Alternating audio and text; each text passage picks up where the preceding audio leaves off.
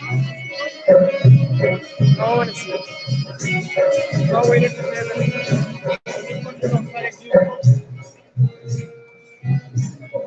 head తలకాయ cut అవుతుంది కూర్చున్నప్పుడు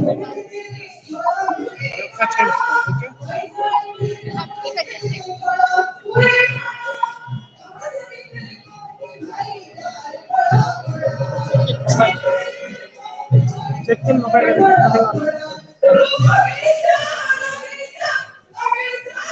అడ్జస్ట్మెంట్ దేనికి సంబంధించి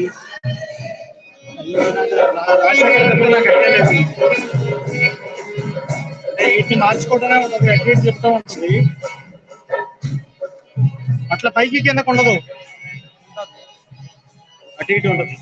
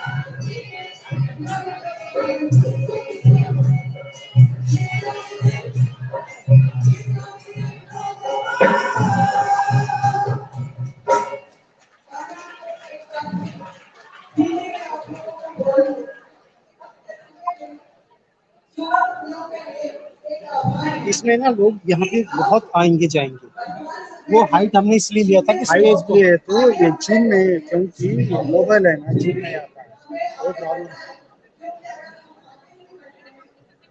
हाँ बिल्कुल जरूर जरूर ये देखो इसको नीचे भी ऑफिस ఏమి లేదు ఇక్కడ కూర్చొని రాలేదు ఇంకా మనం పోయి ట్రాన్స్పోర్ట్ పెట్టుకో అది కింద వర్షంలో డ్రెస్సుకొని రావాలి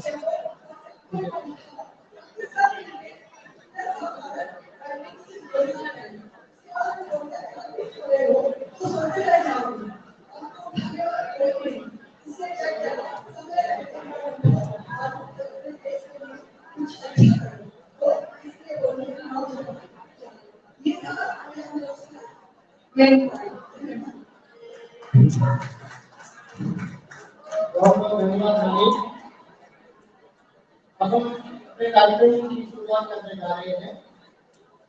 आप सभी यहाँ आए हुए लोगों को हमारा नमस्कार। और जैसा हम जानते हैं ये 17वीं कांग्रेस 17वीं कॉन्फ्रेंस या 17वें अधिवेशन का यहाँ आयोजन है। ये 17वां अधिवेशन या 17वीं congress all India people's science network का अधिवेशन है, कांग्रेस है। अखिल भारतीय जल विज्ञान नेटवर्क की ये 17वीं कांग्रेस है और अखिल भारतीय जल विज्ञान नेटवर्क पूरे देश के 40 के लगभग संगठनों का एक अम्ब्रेला ऑर्गेनाइजेशन है जिसका उद्देश्य है कि समाज में किस तरह से साइंटिफिक टेम्पर या वैज्ञानिक सोच, तार्किक सोच और प्रश्न करने की परंपरा को बढ़ाया जा सकता है, उसका संवर्धन किया जा सकता है, उसको बढ़ाया जा सकता है। दोस्तों, एक बहुत प्रसिद्ध रतन नाटककार को मैं यहाँ कोट करना चाहूंगा। बर्टोल्ड ब्रेख्ट उनका नाम है और ब्रेख्ट की एक कविता है जिसकी एक लाइन है, दो लाइन है। Will there be singing in the dark times? Yes, there will be singing about the dark times. क्या अंधेरे समय में गीत गाए जाएंगे? हाँ, अंधेरे समय में अंधेरे के गीत गाए जाएंगे। तो ये दरअसल समय है, पूरे वैश्विक पटल पर हम देखें और विशेष तौर पर भारतीय परिस्थितियों पर निगाह डालें तो एक तरह का ये डार्क टाइम, अंधेरा समय है। अंधेरा समय है विज्ञान की सोच रखने वालों के लिए, अंधेरा समय है धर्मनिरपेक्षता की बात करने वालों के लिए, ये अंधेरा समय है सात्विकता की बात, भोजन की बात करने वालों के लिए, और ये अंधेरा समय है प्रश्न करने वालों के लिए, सवाल करने वालों के लिए। तो इस अंधेरे समय में, इस अंधेरे समय के बारे में बात करने के लिए, इस अंधेरे समय के खिलाफ बात करने के लिए ये 17वीं विज्ञान कांग्रेस का यहाँ विशेष परिस्थितियों में आयोजन है। पिछली 16वीं विज्ञान कांग्रेस का आयोजन 19 और उड़ीसा की राजधानी भुवनेश्वर में हुआ था 2018 में, और उसके बाद में ये कांग्रेस का आयोजन 2020 में होना था। लेकिन जैसा कि हम सभी जानते हैं कि दुनिया एक बहुत ही अनप्रेसिडेंटेड सिचुएशन से निकल रही है, और वो अनप्रेसिडेंटेड बहुत ही विलक्षण परिस्थिति रही कोविड का महामारी, जिसको दुनिया ने झेला और अभी भी खत्म नहीं हुई। तो उस कोविड की महामारी के चलते 2020 में इस कार्यक्रम को आयोजित होना था, जो 2020 में इस कार्यक्रम का आयोजन होना था, तो ये कार्यक्रम को हम लोग आयोजित नहीं कर सके।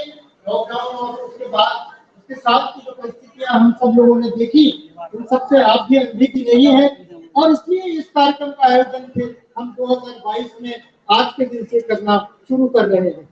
तो आज के कार्यक्रम, ये 4 दिवसीय कार्यक्रम 6 तारीख से लेकर और 9 तारीख तक का कार्यक्रम है। आज के कार्यक्रम के उद्घाटन सत्र में आप सभी का बहुत बहुत स्वागत है। यह आज के कार्यक्रम की शुरुआत के लिए मैं सबसे पहले यहाँ मंच पर हमारे जो मुख्य अतिथि लोग हैं, हमारे जो वक्तागण हैं, मैं उन सभी लोगों को यहाँ मंच पर आमंत्रित करना चाहूंगा। मैं सबसे पहले All India people's science Network के राष्ट्रीय अध्यक्ष को मैं यहाँ आमंत्रित करूंगा कि All India people's science Network के राष्ट्रीय अध्यक्ष सभी साथी चटर्जी साहब मंच पर आए। All India people's science Network के सेक्रेटरी, नेशनल सेक्रेटरी, जो हमारे बीच में इस समय नहीं है क्योंकि उनका एक्सीडेंट हुआ है, राजमणिकन साहब, तो वे हमारे बीच में नहीं है, लेकिन मैं साहब से अनुरोध करता हूँ, और जो एजुकेशन के प्रेसिडेंट साहब है, इनको मैं यहाँ बोल सकता हूँ जो यहाँ आए। आज के कार्यक्रम की अध्यक्षता के लिए डॉक्टर ज्ञानेंद्र सिंह जी अगर हमारे बीच आ गए हो, तो डॉक्टर ज्ञानेंद्र सिंह जी से भी मेरा अनुरोध है, जो कार्यक्रम के आयोजन समिति और उसके जो अध्यक्ष हैं, आज के कार्यक्रम की अध्यक्षता के लिए मंच पर आए। मैं भारत ज्ञान विज्ञान समिति के राष्ट्रीय अध्यक्ष डॉक्टर श्री रामकृष्णन जी से अनुरोध करूंगा कि वे स्टेज पर आए, और भारत ज्ञान विज्ञान समिति के ही राष्ट्रीय महासचिव डॉक्टर काशीनाथ चटर्जी साहब को भी मैं यहाँ बुलाना चाहूंगा। आपके साथ साथ में आज के कार्यक्रम के हमारी जो स्पेशल गेस्ट है, बहुत स्पेशल गेस्ट है के शैलजा साहिबा, जो केरल से हमारे बीच आई है, जो केरल की पूर्व स्वास्थ्य मंत्री रही है, और कोविड के दौरान उनका काम पूरी दुनिया भर में WHO वर्ल्ड हेल्थ ऑर्गेनाइजेशन के द्वारा भी काफी सराहा गया है। मैं के शैलजा साहिबा से अनुरोध करूंगा कि वे मंच पर आए। हमारे बीच में देश के जाने माने प्रतिष्ठित पत्रकार और जर्नलिस्ट कहा जाता है, मैं श्री साईनाथ साहब से अनुरोध करूंगा, वे आज के हमारे कार्यक्रम के प्रमुख होता है। श्री साईनाथ साहब हमारे बीच में है, वे प्रोफेसर स्वामी है, स्वामी की मंच पर आए। अखिल भारत विज्ञान समिति की राष्ट्रीय वाइस राष्ट्रीय उपाध्यक्ष आशा मिश्रा जी से भी मैं अनुरोध करूंगा कि आशा मिश्रा जी भी मंच पर आए। और हमारे बीच में राजेश जोशी जी हैं, जाने माने हिंदी के कवि, साहित्य अकादमी पुरस्कार विजेता। यह अलग बात है कि उन्होंने देश की विभिन्न परिस्थितियों में चलकर पुरस्कार लौटा दिया, लेकिन मैं उनसे अनुरोध करूंगा कि वे स्टेज पर आए। राजेश जोशी जी हमारे बीच में राम प्रकाश त्रिपाठी जी हैं, जनवादी लेखक संघ के बड़े साहित्यकार हैं। राम प्रकाश त्रिपाठी मैं अनुरोध करता हूँ कि आप आए। आज के कार्यक्रम उद्घाटन सत्र को संबोधित करने के लिए हमारे बीच में डॉक्टर इंदुमती जी हैं, जो प्रोफेसर हैं इंस्टीट्यूट ऑफ मैथमेटिकल साइंसेज देने से I request professor doctor Indumati ji please come to stage. मैं हमारे बीच में राजेंद्र कोठारी जी हैं जो हमारे जो ऑर्गेनाइजिंग कमेटी है इंडिया है। मैं हमारे जाने वाले समाज सेवी राजेंद्र कोठारी साहब को भी मंच पर आमंत्रित करना चाहूंगा। और मैं इस कॉलेज के जो संचालक हैं डॉक्टर ज्ञान भटनागर साहब वो नहीं आए। अभिनव भटनागर जी हैं। अभिनव भटनागर करूंगा और ये अभिनव भटनागर जी भी हमारे यहाँ मंच पर आए।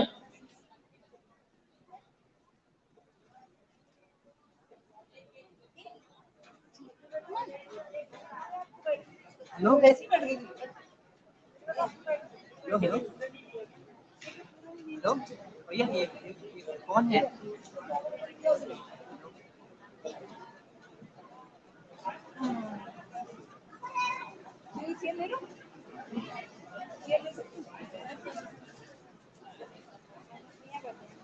मैं कार्यक्रम के शुरुआत में 8 घंटा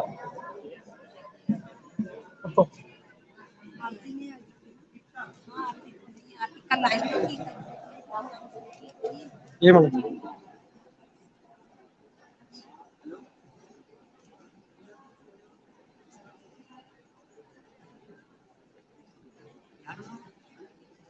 चेयरमैन किसको सर ये अनाउंसमेंट है बीच में किसी का मोबाइल छूट गया तो प्लीज अपना मोबाइल चेक कर लें और जिनका मोबाइल छूट गया तो यहाँ से आकर मुझसे ले सकते हैं। प्लीज किसी का मोबाइल छूट गया है मोबाइल ले सकते हैं। मैं भारत ज्ञान विज्ञान संस्थान मध्य प्रदेश के एग्जीक्यूटिव प्रेसिडेंट प्रोफेसर श्याम लोहरे साहब से भी अनुरोध करूंगा। श्याम लोहरे साहब यहाँ मंच पर आए। प्रोफेसर श्याम लोहरे साहब स्पीकर क्वेश्चन है ठीक है सर बेटू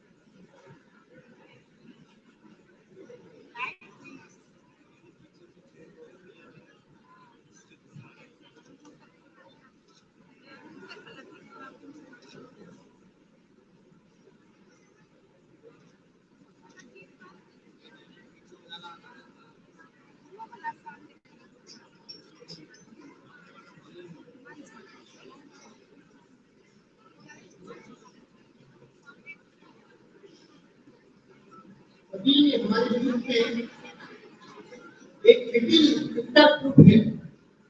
छोटे बच्चों का एक गिफ्टर ग्रुप है। मैं लिटिल गिफ्टर ग्रुप के साथियों से अनुरोध करता हूँ कि वे स्टेज पर आए और इस कार्यक्रम के आरंभ में अपनी सांगीतिक प्रस्तुति यहाँ है। लिटिल गिफ्टर ग्रुप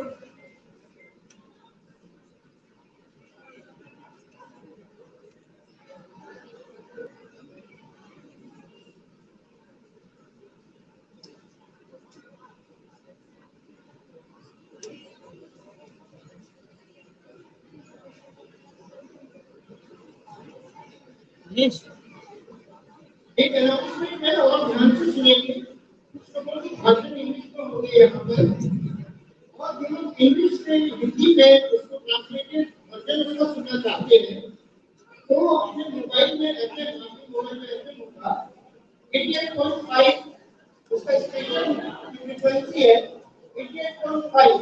याद रखिए जो इंग्लिश से हिंदी में भाषण सुनना चाहेंगे तो यहाँ पर वक्तव्य है वक्तव्य को सुनना चाहेंगे कितने में आए तो 88.5 उसको ले सकते हो फ्रीक्वेंसी का वो ट्रांसलेशन अवेलेबल है।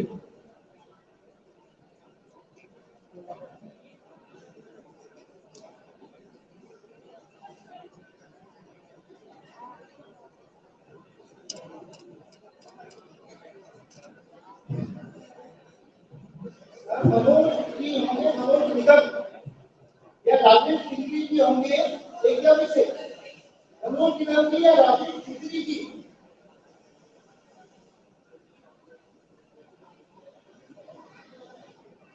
मनोज निगम जी है क्या? मनोज निगम जी हो, राजेश खिचड़ी जी हो, कुलकुल जी हो, कोई भी हो, मेरा अनुरोध है आपसे इस पर आ जाए। अभी मुझे विज्ञान सवाल की है, ऐसा राजा जी से भी मैं अनुरोध करता हूँ कि स्टेज पर आइए। ऐसा राजा जी से भी अनुरोध करता हूँ।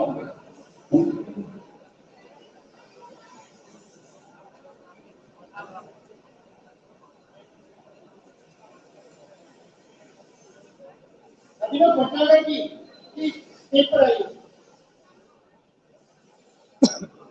ऐसा राजा जी स्टेज पर आए। Where is the nearest connection? Did you see? पर For extensions. हेलो, तो हम निवेदन की तरफ से आप सभी का प्रोग्राम में स्वागत करते हैं और हम सब ने मिलके ग्रुप तैयार किया है जो सरकारी को कहा है। तो हम सब आपके बीच में कुछ गीत प्रस्तुत करने जा रहे हैं, तो आप सबका सहयोग हमें चाहिए। हम चाहेंगे कि आप हमारे साथ साथ गीतों को दोहराएं, क्योंकि ये वो दौर है कि हम सबको साथ चलने की जरूरत है और साथ गाने की और साथ गुनगुनाने की जरूरत है और साथ हमारी लड़ाई करने की जरूरत है। तो हमारा गीत भी तो उसी से शुरू होता है। तो मैं आशा करता हूँ आप सब हमारी मदद करेंगे। तो हम शुरू करें।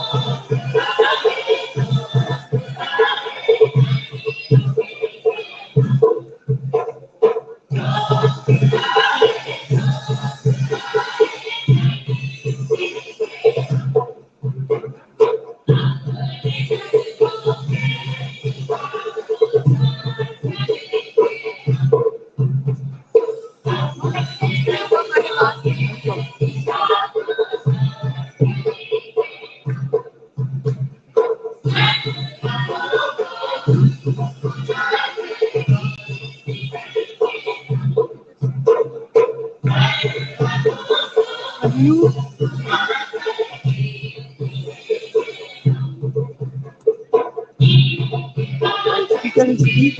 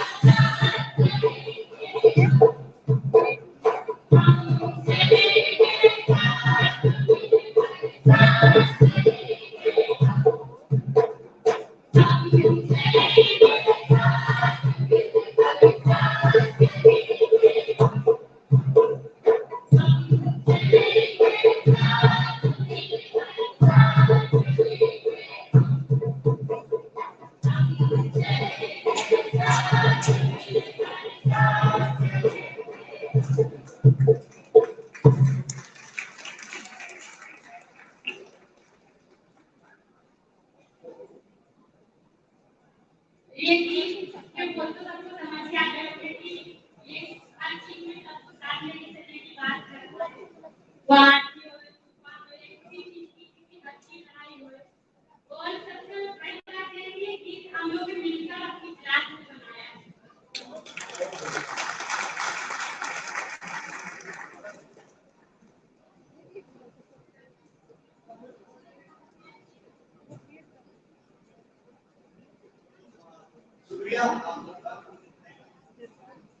बहुत शुक्रिया का और अब इस कार्यक्रम के उद्घाटन के लिए मैं आगे बढ़ूंगा और कार्यक्रम का उद्घाटन जो है इनॉग्रेशन बहुत ही फॉर्मल और एक तरीके से रखा गया है।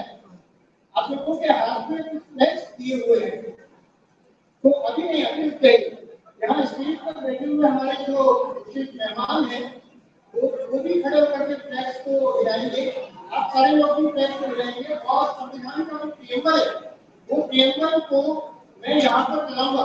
तो एक तरह से संविधान के सम्मान में, भारतीय संविधान के सम्मान में और संविधान की जो प्रस्तावना है उसके सम्मान में हम सारे लोग उसके माध्यम से इस कार्यक्रम का हम उद्घाटन करेंगे। तो ये कार्यक्रम का उद्घाटन संविधान को सम्मान देते हुए संविधान की जो मूल स्थिति है उसका जो मूल भाव है उसको हम यहाँ पर पढ़ेंगे, उसको रखते हुए और हाथ में फ्लैक्स को लहराते हुए हम एक अनोखे तरीके से इस कार्यक्रम का उद्घाटन करने जा रहे हैं।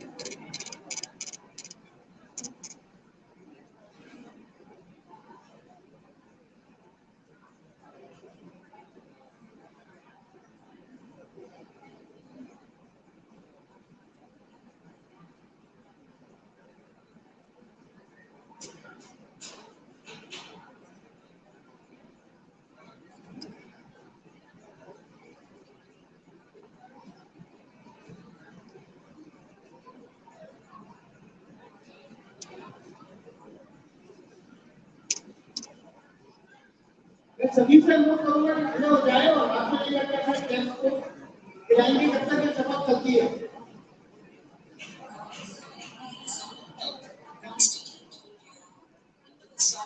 Socialist, secular, democratic republic, and to secure to all its citizens justice, social, economic, and political liberty of thought, expression, belief, faith, and worship, equality of status and of opportunity, and development among them all, fraternity, assuring the dignity of the individual and the unity and integrity of the nation. Our Constituent Assembly, this 26th day of November 1949, do hereby adopt, enact, and give to ourselves this Constitution. Thank you.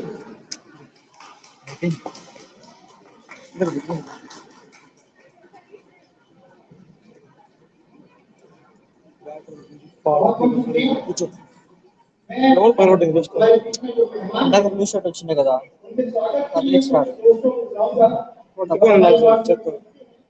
పక్క పోతాడు हमारे मेहमानों का स्वागत करेंगे। मैं अनुरोध करूंगा विश्वनाथ जी से, सत्यम जी से, प्रतिभा जी से कि आप लोग मंच पर आए और एक एक गुलदस्ता देकर नरेंद्र जी से, पुष्पा जी से, शिल्पा जी से आप सभी से अनुरोध करूंगा कि कृपया स्टेज पर आइए। विश्वनाथ जी, प्रतिभा जी, पुष्पा जी, सत्यम भाई, नरेंद्र भाई, शिल्पा जी कृपया स्टेज पर आए।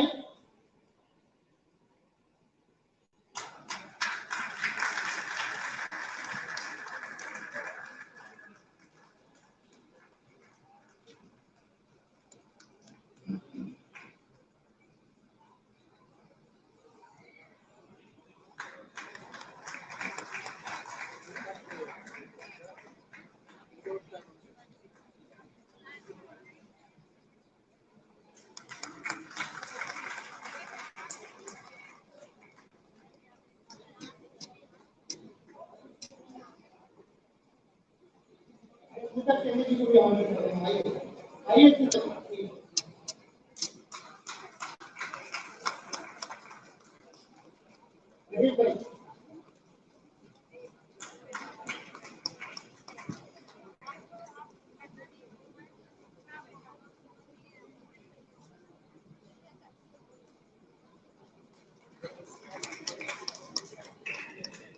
एक और अनाउंसमेंट है, किसी का ये स्टैंड यहाँ छूटा हुआ है, चश्मा किसी का छूट गया है, जिसका भी हो यहाँ से आकर ले लेंगे। अपने सामान का ध्यान रखें, मोबाइल का, चश्मे का, पर्स का ध्यान रखिए।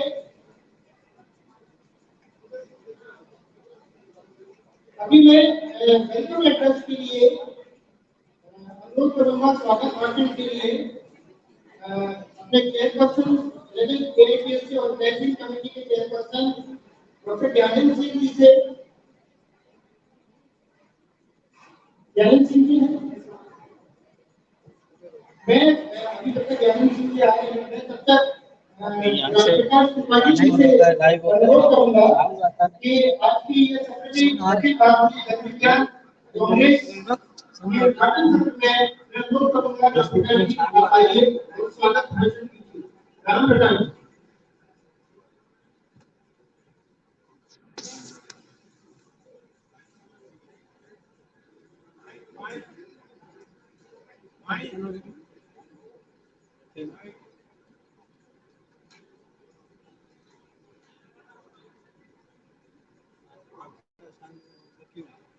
नमस्कार। आपका मोबाइल अभी आया अच्छा रहेगा।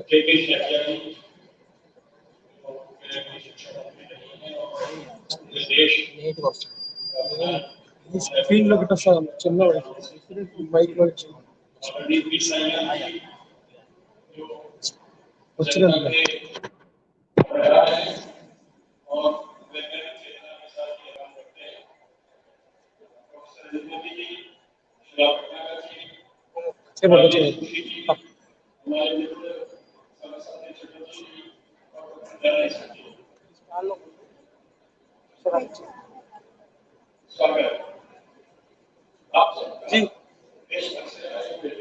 जी जल विज्ञानियों का स्वागत भोपाल में, इस निरंतर भोपाल में।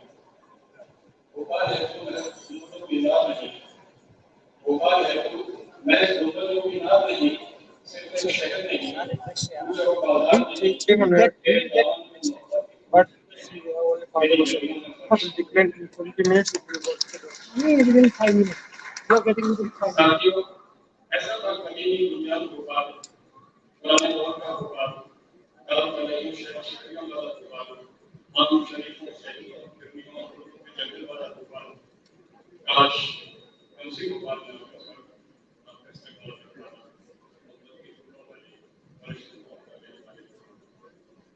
ये मौका दिया प्रस्तुत भी कि आप सबका जैसे स्वागत किया जाए। भले ही नया स्मार्ट भोपाल कंक्रीट के जंजाल वाले भोपाल में बदल रहा हो, भले ही हम खुशनुमा मौसम गर्म कर आकर्षित होने वाली हवाओं वाला भोपाल हो रहा हो, मगर विकास की नई दफाएं भोपाल में भी अभी वही हो रहा है। तुरंत फैलाया किया हुआ भोपाल में आपके शायद कई साथियों, मैं आपका मुख्य भोपाल में स्वागत कर रहा हूँ। उस देश के हृदय प्रदेश की राजधानी में, जिस देश में वैज्ञानिकता का घोर अंदर चल रहा है, जब वितरक बदलावों की सुंदर प्रतीकों को स्थिर पर खड़ा करके विज्ञान सिद्ध किया जा रहा है, गणेश की वास्तविक सर्जरी कराई जा रही है, आकाश में ऐसे बादलों का विस्तार किया जा रहा है जिसकी ओर से हमारी विकट विमान दुश्मनों के रडार नहीं, हमारे विकट विमानों को दुश्मनों के रडार नहीं देख पा रहे। नाले की गैस से चाय बनाने की आसमान से पानी पकड़ी खोली जा रही है। ऐसे चुनौतीपूर्ण समय में आपका स्वागत कर रहा हूँ, जब विज्ञान के नाम से प्रायोगिक छूट और उससे की अद्भुत फांसी का मौजूद। मैं छोटा मोटा विज्ञान कर्मी या कहूँ विज्ञान सेवक रहा हूँ, भारतीय जन विज्ञान नेटवर्क से इसकी जानकारी से जुड़ा हूँ, लेकिन मैं बुनियादी तौर पर विज्ञानी नहीं हूँ। आपके संविधान जिस वैज्ञानिक सोच के विस्तार की वकालत करता है, मैं उसका बयान अनुगामी जरूर हूँ। मेरा रिश्ता साहित्य कला संस्कृति से ज्यादा गहरा है। मैं इतिहास के प्रमाण से कह सकता हूँ, साहित्य कलाएं सब करुणा की संतान है। कभी वाल्मीकि ने गुरु शब्द से गुना होकर पहली आंखों से देखी घटना की थी। मुझे लगता है कि विज्ञान के आविष्कार भी मनुष्य के कष्टों को कम करने वाली करुणा से ही पैदा हुए। इस संदर्भ का फर्क जन विज्ञान आंदोलन से गहरा था। भले ही केरल शास्त्र साहित्य परिषद और दिल्ली साइंस फोरम और दीगर इदारे पहले से ही विज्ञान का काम कर रहे हैं, लेकिन मध्य प्रदेश विज्ञान सभा Bharat Today's live program on Facebook. एक सांस में, एक रात में इतनी जिंदगी को एक साथ मिलकर है, एक कमरे में 5-5 लोग कपड़ों और 150 की एक चिता जले। इस दुर्घटना ने भारत ही नहीं, दुनिया भर के विज्ञान कर्मियों को हिला कर दिया। दुर्घटना कैसी दुर्घटना? यानी 38 साल बाद मृत्यु की काली छाया से मुक्ति संभव नहीं हुई। तब आप सबने जन विज्ञानियों ने सोचा कि आज और अभी नहीं उठे तो इंसान की कैद नहीं, इंसानियत की कैद नहीं। करुणा अंतिम रूप से केवल रुदन नहीं है, अफसोस पर नहीं है। ऐसी दुर्घटना से उच्च करुणा का आक्रोश में प्रतिरोध में भी विस्तार होता है। यही संभव है जन विज्ञान आंदोलन की भावना का मुख्य कारण रहा होगा। कैलेंडर में उसी की तारीफ करता है। भोपाल प्रेस क्रांति 2 दिसंबर 1984 की दरमियानी रात में होती है। करुणा जनित गुस्से की अनेक स्तरीय और दीगर प्रांतों और देशों की कार्रवाइयों के साथ मध्य प्रदेश विज्ञान सभा का जन्म 1985 में होता है और जब राष्ट्रीय के विरुद्ध जागरूकता अभियान चलता है, जिसमें मध्य प्रदेश विज्ञान सभा के अनुसार साइंस फोरम के अलावा विज्ञान, समाज सेवा, साहित्य, कला, संस्कृति, फिल्म से जुड़ी तमाम संस्थाओं का सहयोग हमें देता है। बेशक आध्यात्मिक रूप से भोपाल में राजनीति की महाविराट होगा, मगर चिंता, विचलन, आक्रोश, वैकल्पिक व्यवस्था की शुरुआत आप में भी बनाई थी। आप सब मिलकर भारत की स्वतंत्रता संग्राम में पार्षद मूल्यों से एक वैज्ञानिक चेतना के विस्तार के लिए सक्रिय हुए। विज्ञान क्षेत्र समाज बनाने की समीक्षा नहीं, जन विज्ञानियों से 1987 में देश के 5 शहरों से जन विज्ञान जत्थे निकलवाए, जिनका समागम भोपाल में इस संकल्पना के साथ हुआ, इस नारे के मूल विश्व भर के विज्ञान समाज में सुनाई दी और क्रियाशीलता में दिखाई दी। इसके निरंतरता में विज्ञान चेतना के लिए शिक्षा, साक्षरता, स्वास्थ्य, भोजन का अधिकार सहित कई अभियान चलाए गए। भोपाल में प्रांतीय स्तर पर देश के 5000 से अधिक वैज्ञानिकों, विज्ञान क्षेत्रों, विज्ञान शिक्षकों, छात्रों में देश के लिए विज्ञान, विश्व शांति के लिए विज्ञान, समग्र विकास के लिए विज्ञान जैसी प्रतिज्ञाएं की। मुझे प्रतिज्ञा के साथ कहना पड़ रहा है, उनमें से एक भी प्रतिज्ञा जमीन पर पूरी नहीं की। ऐसा नहीं है कि आपके प्रयासों में नहीं कोई कमी थी, लेकिन अफसोस व्यवस्था की बाहर चेतना के लिए आती रही और उसका एक और आपने हमने कोविड काल में दुर्भाग्य से विश्व का अक्सर राजनीतिक चरित्र वैज्ञानिक चेतना उसकी जरूरत के प्रति नकारात्मक रवैया अपनाएगा। आंखों की छूटी बाकी कोई पीछे नहीं रहा। देश पूरी बात के कारण विज्ञान की उपलब्धियों को मनोरंजन पक्षों की से करा दिया। जन के लिए विकसित हुआ विज्ञान ऊंचे मोड़ पर बैठा और काला धन करकर अज्ञात की जोड़ियों में चला गया। एक प्यारी प्रदूषित मिट्टी वाली दुनिया में आपके सामने सबसे बड़ी चुनौती समग्र विज्ञान खोज के करने की प्रकृति से प्रेम, से संवाद के जरिए और एक चेतना को बढ़ाने की जाहिर है कि जब जंगल का विनाश होता जाएगा तो प्रकृति नहीं बचेगी, जीवन कहाँ बचेगा। मैं सोचता हूँ कि जब तक अंधविश्वास, अंधरूढ़ियां, अंधेरा का चक्र नहीं टूटेगा, प्रकृति, पर्यावरण, मनुष्य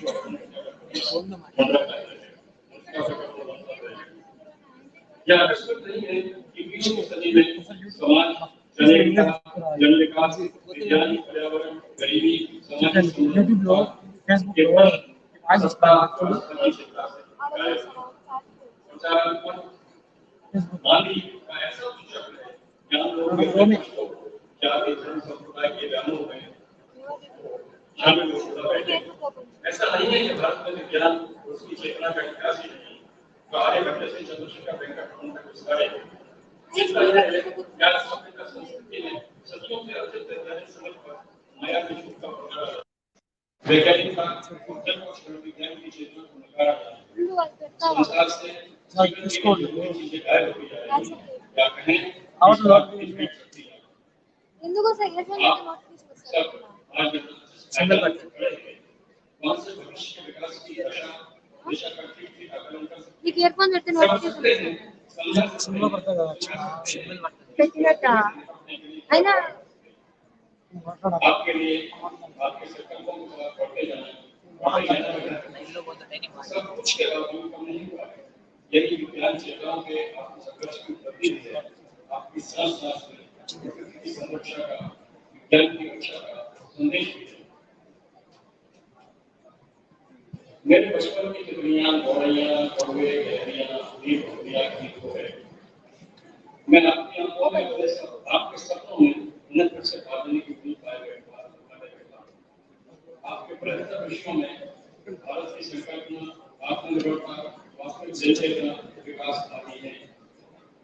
आपकी राष्ट्रीय का राजनीतिक नक्शों में किसी गतिविधि से बाहर भूगर्भ में बसे आम जन के विकास में समग्र विकास में निवत मेरा संकल्प आपकी चिंता और चिंतन में मेरा नीला समुद्र देख रहा है। इसमें सपनों से टूटने का खड़ा बन दिया है। मैं अपनी कल्पना में जन विज्ञान का विस्तृत आकाश भी देख रहा था जिसमें आपकी अकड़ और अनुमान बड़ी गंभीरता से चिंताएं मेरे मन को आपके राजनीतिक प्रणाली से करुणा से गमन से पीड़ा होती है। देश को समझो देश को जानो के उपकरण के साथ सबका देश हमारा आपकी प्रतिज्ञाओं को शामिल आज तक दुनिया का कोई अंधेरा प्रकाश की एक किरण नहीं खा पाया है। जबकि रोशनी का एक छोटा कतरा भी अंधेरे का हमेशा दूर करने में सक्षम है। चलते चलते जनसंख्या को साइंस के अंदाज में एक कुछ अध्ययन वे हैं विदेश की 25% की आबादी स्वास्थ्य शिक्षा और जीवन स्तर की कसौटी पर तब्दीली करेगी। देश का हर चौथा व्यक्ति झुग्गी में रहने को विवश है। भोपाल में यह प्रतिशत 25.4 भारत में 71 लाख लोग से अधिक स्वास्थ्य पर खुशहाल ले जाने के कारण हाई रिस्क डायरेक्ट से जुड़ी बीमारियों डायबिटीज श्वास रोग कैंसर हृदय रोग आदि बीमारियों से पीड़ित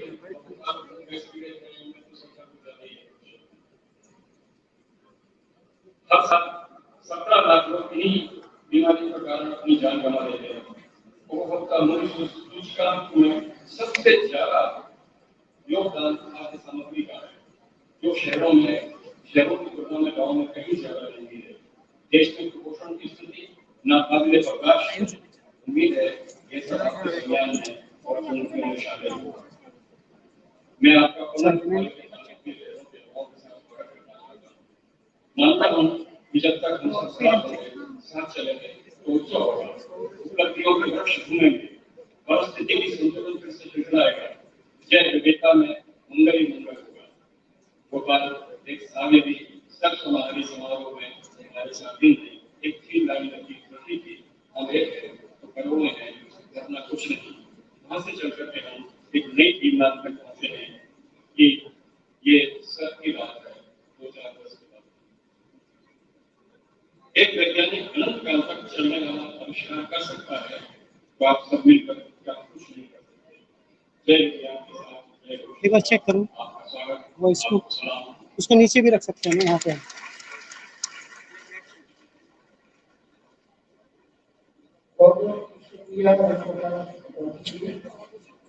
Now I requesting to Dr. Sabir Saji Chatterjee, is the president of All India Fitness Center. Please come Dr. Chatterjee for the background and introducing about 17th AIPSC. ತಾವೆಲ್ಲರಿಗೆ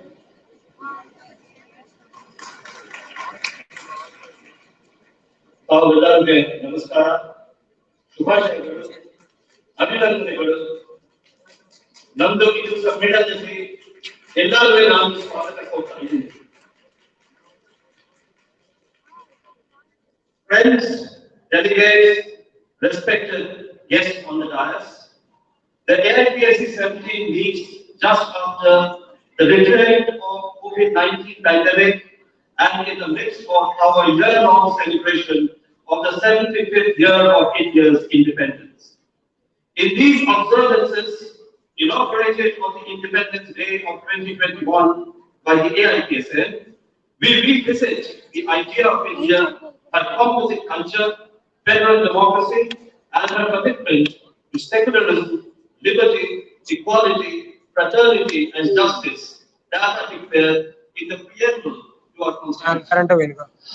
Importantly, we reiterate our commitment to scientific temper, self-reliance, and development of people's welfare.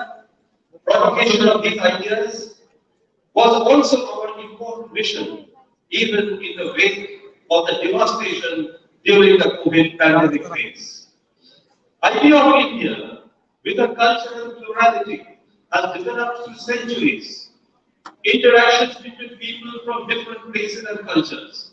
As Rabindranath Tagore has said, the Shakas, Huns, Patans, Mughals have got merged in one body. As for the West, which has now opened its doors, we bring precious collections.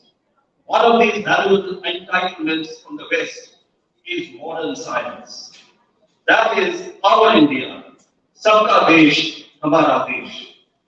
These traits of Vishwa Bharatate, as Karnataka's Rashtrakavi Kuvenpu had described, are central to the idea of India that we citizens cherish, irrespective of whether we are given a place as Vishwaguru by the Committee of Nations. Scientific temper is a way of life and the temper of a free individual, as Jawaharlal Nehru had described. It is also an evolving concept to which many, including the AIPSN, have contributed. We are also proud to put on record that in 2020, the noted Indian intellectual Javed Akhtar, who as a student had graduated from the Saifia College, from the very same city of Bhopal where we meet, was awarded the Richard Dawkins Award for being, in quote, a powerful force for secularism, reason, and human rights, challenging superstition and intolerance through his work in poetry, screenwriting, and political activism, unquote. These are all integral parts of scientific temper in our social life, and we record our appreciation to him. It was with this plurality that we have also shaped the unity of our people. During the freedom movement, millions have participated from all parts of the country. Thousands have sacrificed their lives, defying the threats of gallows, police firing, life imprisonment, or internment on sedition charges. They are also brought forward a vision of future India as a modern society that will be guided by scientific temper and by people's will to protect the country's sovereignty through self-reliant development. The concept of self-reliance has its roots in our freedom struggle, and the National Planning Committee was formed in the Congress in 1938 with Jawaharlal Nehru as its chairman. For this, the Soviet 5-year plans were of inspiration. It is important to recall that this year is also the 125th birth anniversary of Netaji Subhash Chandra Bose. He, as the Congress president, was the chief architect of the planning committee in collaboration with Dr. Meghnad Shah, a world-renowned physicist. This being an example of science-society relationship, which is a theme in all activities of the people science movements. It is also necessary to remember that though a statue of Subhash Bose will be put up in the country's capital, his dream project, the Planning Commission, was closed 8 years ago when a new government came to power at the center. That aim is now replaced by Make in India, Science, Technology, Innovation Plan 2020, National Education Policy 2020, and the newly defined Atmanirbharta. India is to transform into a global manufacturing hub by foreign investment. This process considers that foreign MNCs play an integral role in boosting India's economy and that immense potential in science, technology, innovation, development will be explored through joint training and skill building programs, and so reduction of corporate taxes for foreign MNCs is proposed. The non-resident Indian community will play an important role in these, and brain drain must be treated as brain gain if we succeed in creating a reverse flow. In all these, one does not get to know about the state's role as a facilitator for science and technology. For example, a rupees 22,900 crore semiconductor hub is supposed to come up in Karnataka in the next decade.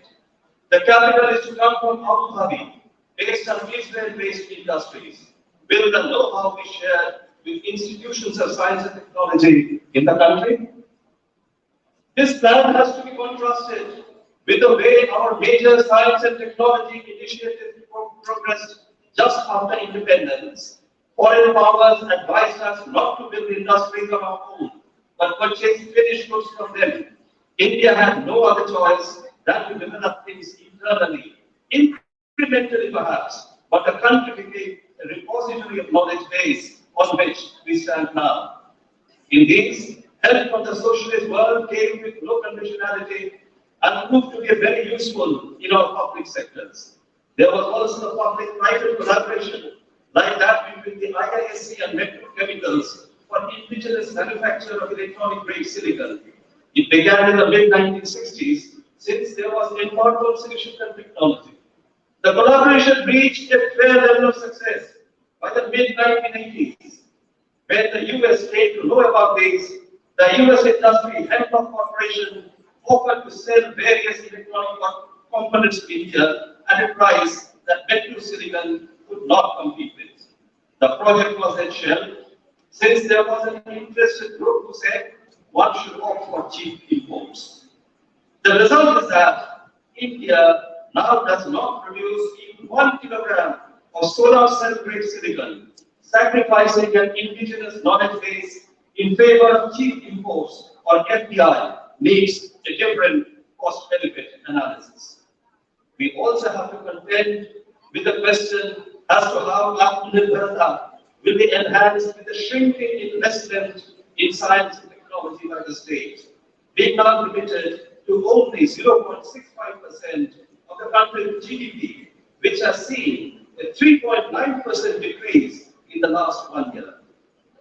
One has also to report that self-reliance on necessity for independent India, the IITs, RECs, CSIR labs, departments of atomic energy and space came into being in the first 25 years of independence. They still form a base. Decline started in the 1980s, and the setback came with the signing of the WTO agreement in 1994 and with the liberalization, which we are following now with great enthusiasm. As far as the PSMs are concerned, we look upon science and technology as one with whose help reasonable material and cultural abilities and services can be provided for every member of the community, as is stated in the Scientific Policy Resolution 1958. Thus, when we hear that in India we will have by 2030 a smartphone for every Indian and a drone in every agricultural field, we have to ask, what material and cultural benefits will they bring?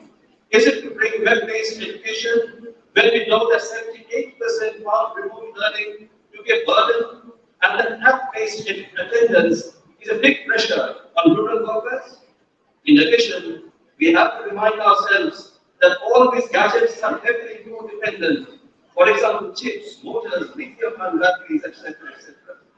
Also, we have to contend with our intellectual shortage. For example, the fact that about 70,000 engineering seats go vacant every year, and basic sciences are not attracting students. These have to be kept in mind. The idea of India that we revisit as scientific temper and self-reliance as the big pillars, in terms of regional, material and cultural communities, we have to address the questions of health, education, livelihood, environment, industries and agriculture with attention to gender and social justice. The nature of the challenges is to be subject of the debate. In the 8 subsidiaries and several workshops in the Congress, along with exhibitions and discussions on art and culture, we look forward to lively deliberations that will lead to very effective action plans for the PSMs. On behalf of the AIPSC's Executive Committee, I thank you all, our member organizations, the delegates, the organizing committee, the volunteers, well-wishers, and all our guests. Thank you very much.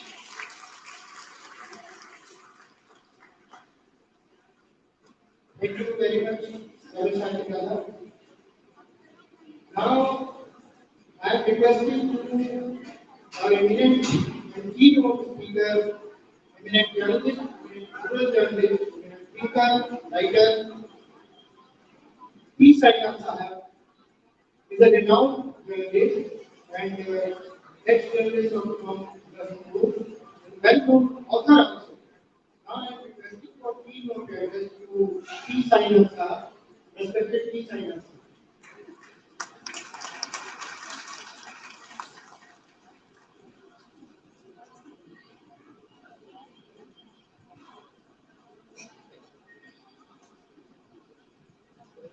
बताया कि यहाँ 18 राज्य union territory से delegate बैठा है, तो भाषा के मामला आता है। I speak 5 languages equally badly.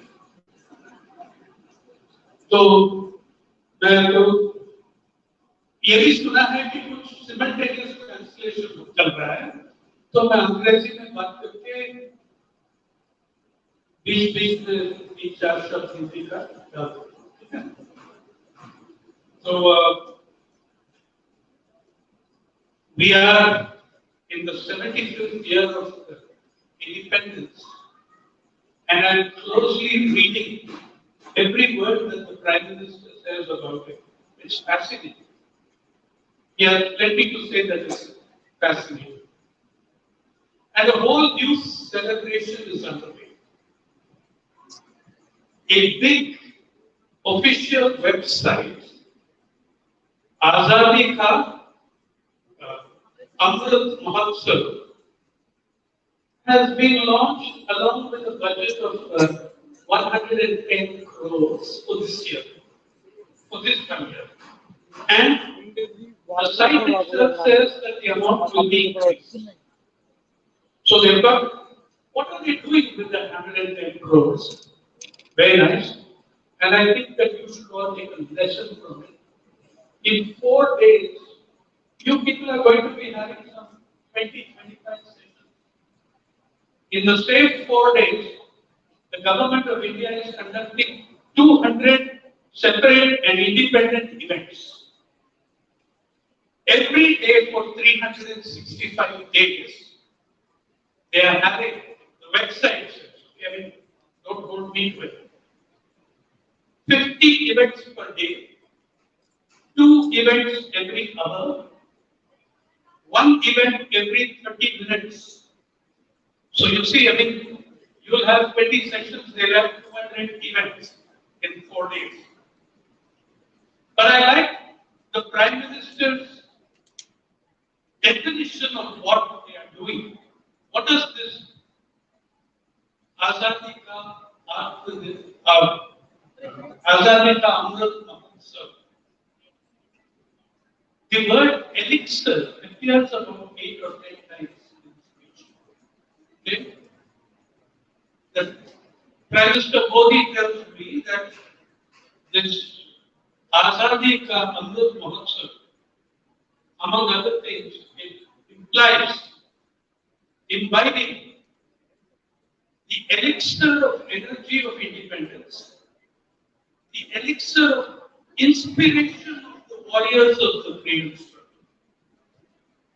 the elixir of new ideas, and the elixir of Atmanirbharta. That's a lot of elixir they are imbibing. They also seem to be smoking something, but I'm not sure what. But I can tell you it's very strong. Whatever it is, they're smoking.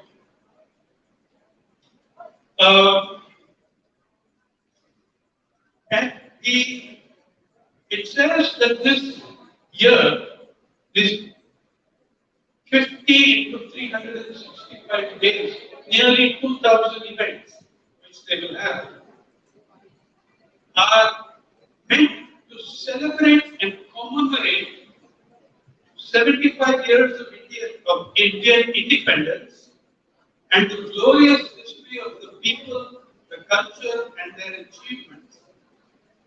I find that fascinating because the people in charge of celebrating 75 years of independence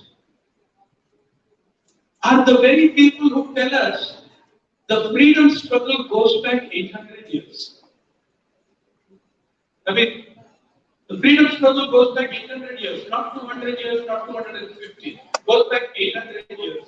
You know that I get more confused because they say this has never been communicated, meaning the extent of the glories of the Indian achievements. They've never been communicated, which is strange because the same people tell us that we had the internet 9,000 years. Anyway, in the 75th year of it, they give five issues which they say are central in that website. In the 75th year of independence, one, the freedom struggle. I'm totally with them on that. Two, section is called Ideas at 75. Three is Resolve at 75. Four is Actions at 75. And five is Achievements at 75. So I went through 20 pages of the achievements. Each page has some 10, 12 events on it. I saw the first 250 events. All the achievements I saw are from the last 7 years, not from the last 75. They're not from the last 75 years, they're from the last 7 or 8 years. Okay, maybe if one survives another 200 pages, you'll reach there and find out what the other achievements are. But let's do something different. Let's take one of these issues, the freedom struggle, see how they're approaching it.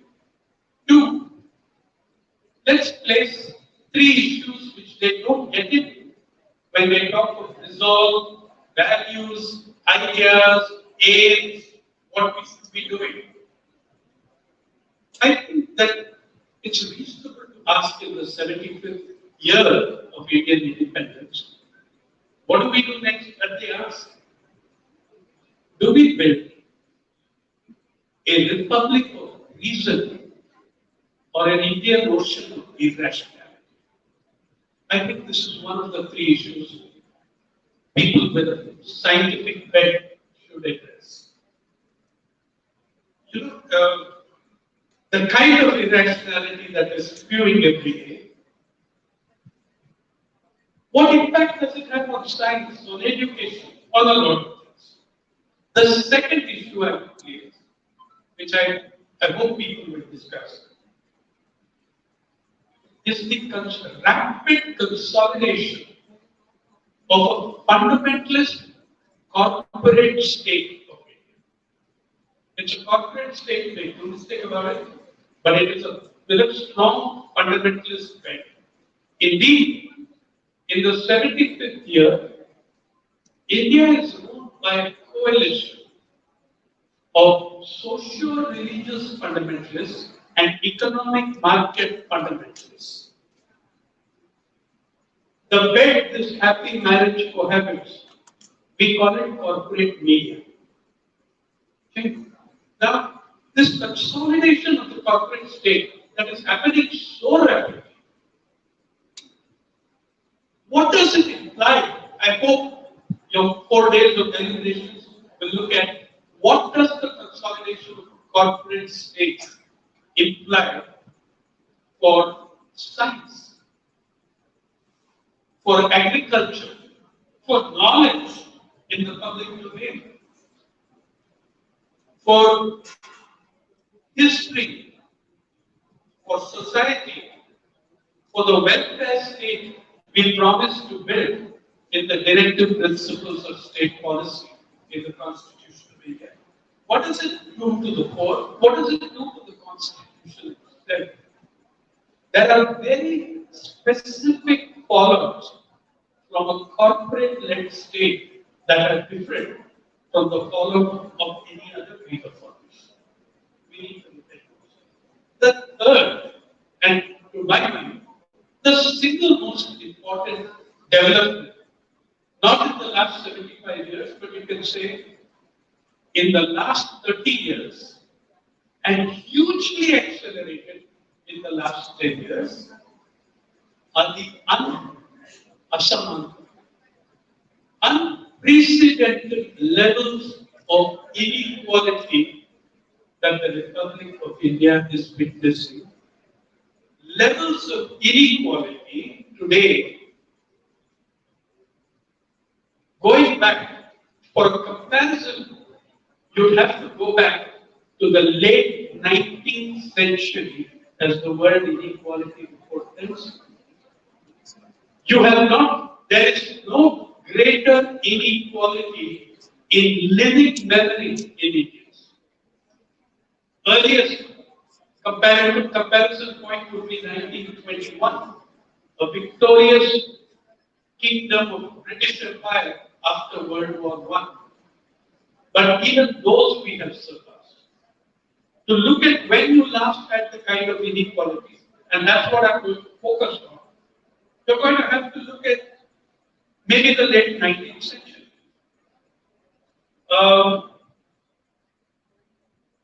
The Prime Minister tells me that we have also built the mother of democracy. I'm not kidding you.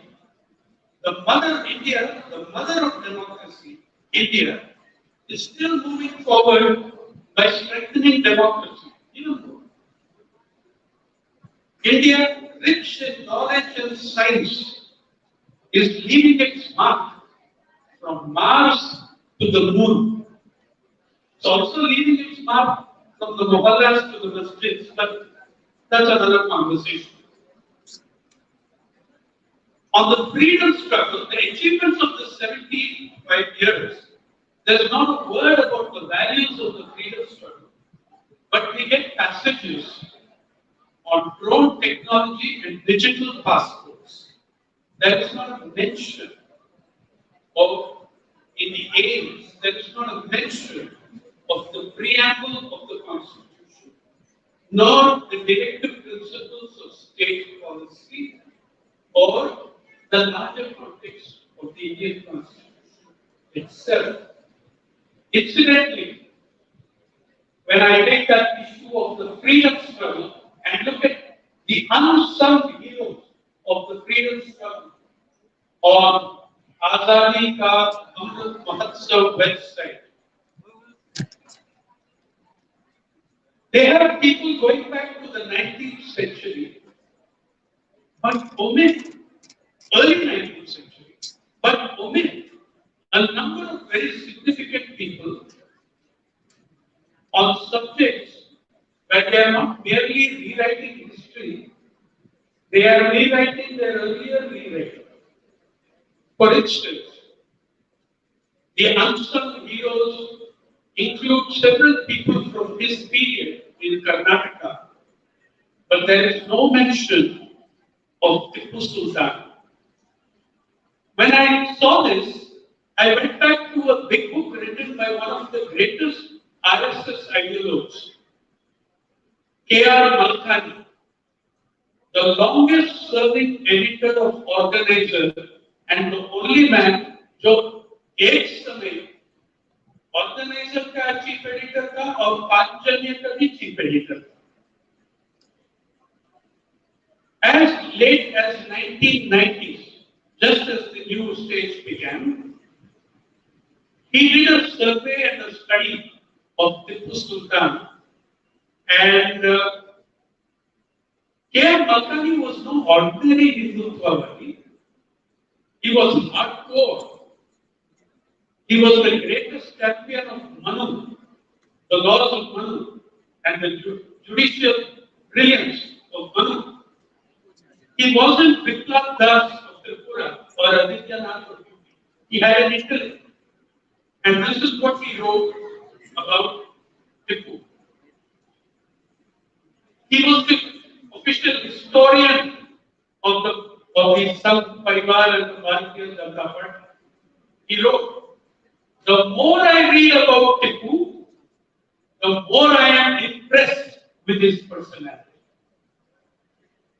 He was the only prince who died fighting the British. The only prince who died fighting the British. He banned, Tipu Sultan banned forced labor. Tipu Sultan tried to set up, I'm quoting verbatim from this book, Tipu Sultan tried to set up a school every 4 miles. He had an ammunition factory shifted from the banks of the Kaveri because it was found to be polluting the Kaveri river. And Malkani says, here was a model ruler for environment. He was in correspondence with Napoleon, which is true. He was also influenced by the French Revolution, which is true. In fact, in the last days of his career, in the last days of his rule, Tipu Sultan banned all titles in his court and asked people to call him Citizen Tipu. Citizen Tipu. Okay? Now, his last line of Tipu, he gave the British the fight of their lives. Independent, with the death of Tipu Sultan, Indian independence has been extinguished for a century and a half. Now, this is the RSS, one of the 5 founders of the BJP, Vice President, RSS ideologue. 25 years ago, he had this position on Tipu Sultan. Something has happened. As I said, now we are rewriting the rewriting, not just in the textbooks and in the school books and the colleges. So that first of my 3 points, the ocean, republic of reason or the ocean of irrationality. Please understand that the Sangh Parivar, the people not only in this country, have to promote irrationality, and they are very clear that the greatest enemy they have are not ordinary, everyday secularists. No, it is rationalists who are their worst enemy. Because rationalists give the game away. They stand up and challenge your gods and your deities and your superstitions, etc. Please note, in the last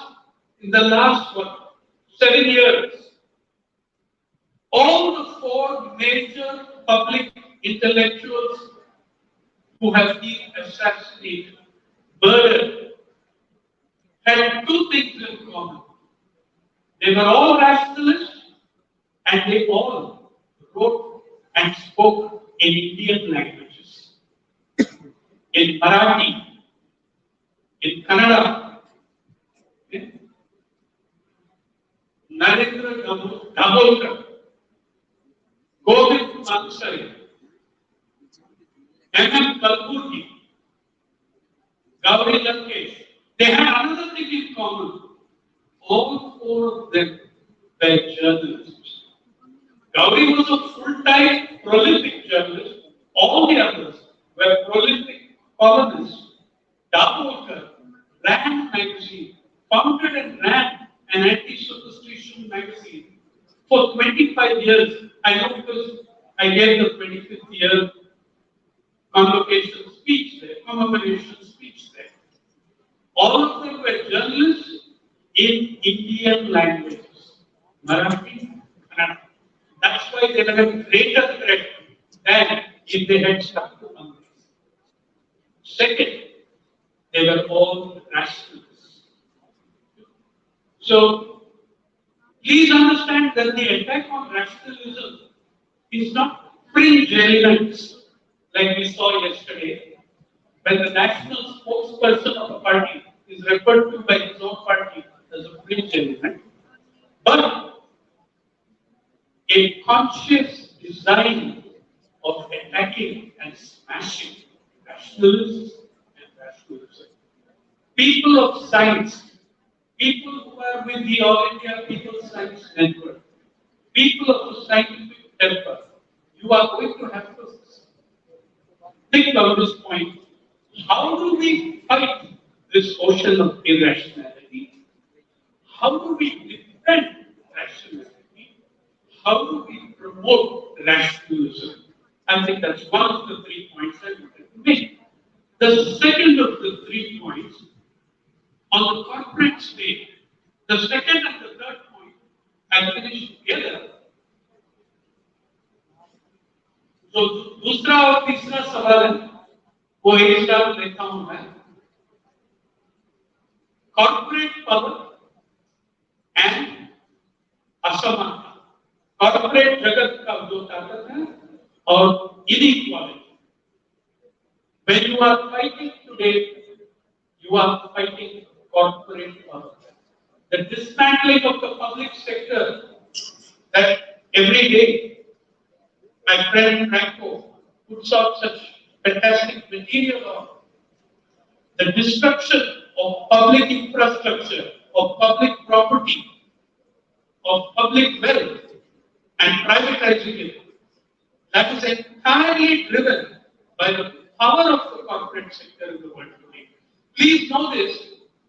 Why, if you those 3 farm laws, you saw the giant protests in Delhi over the 3 farm laws.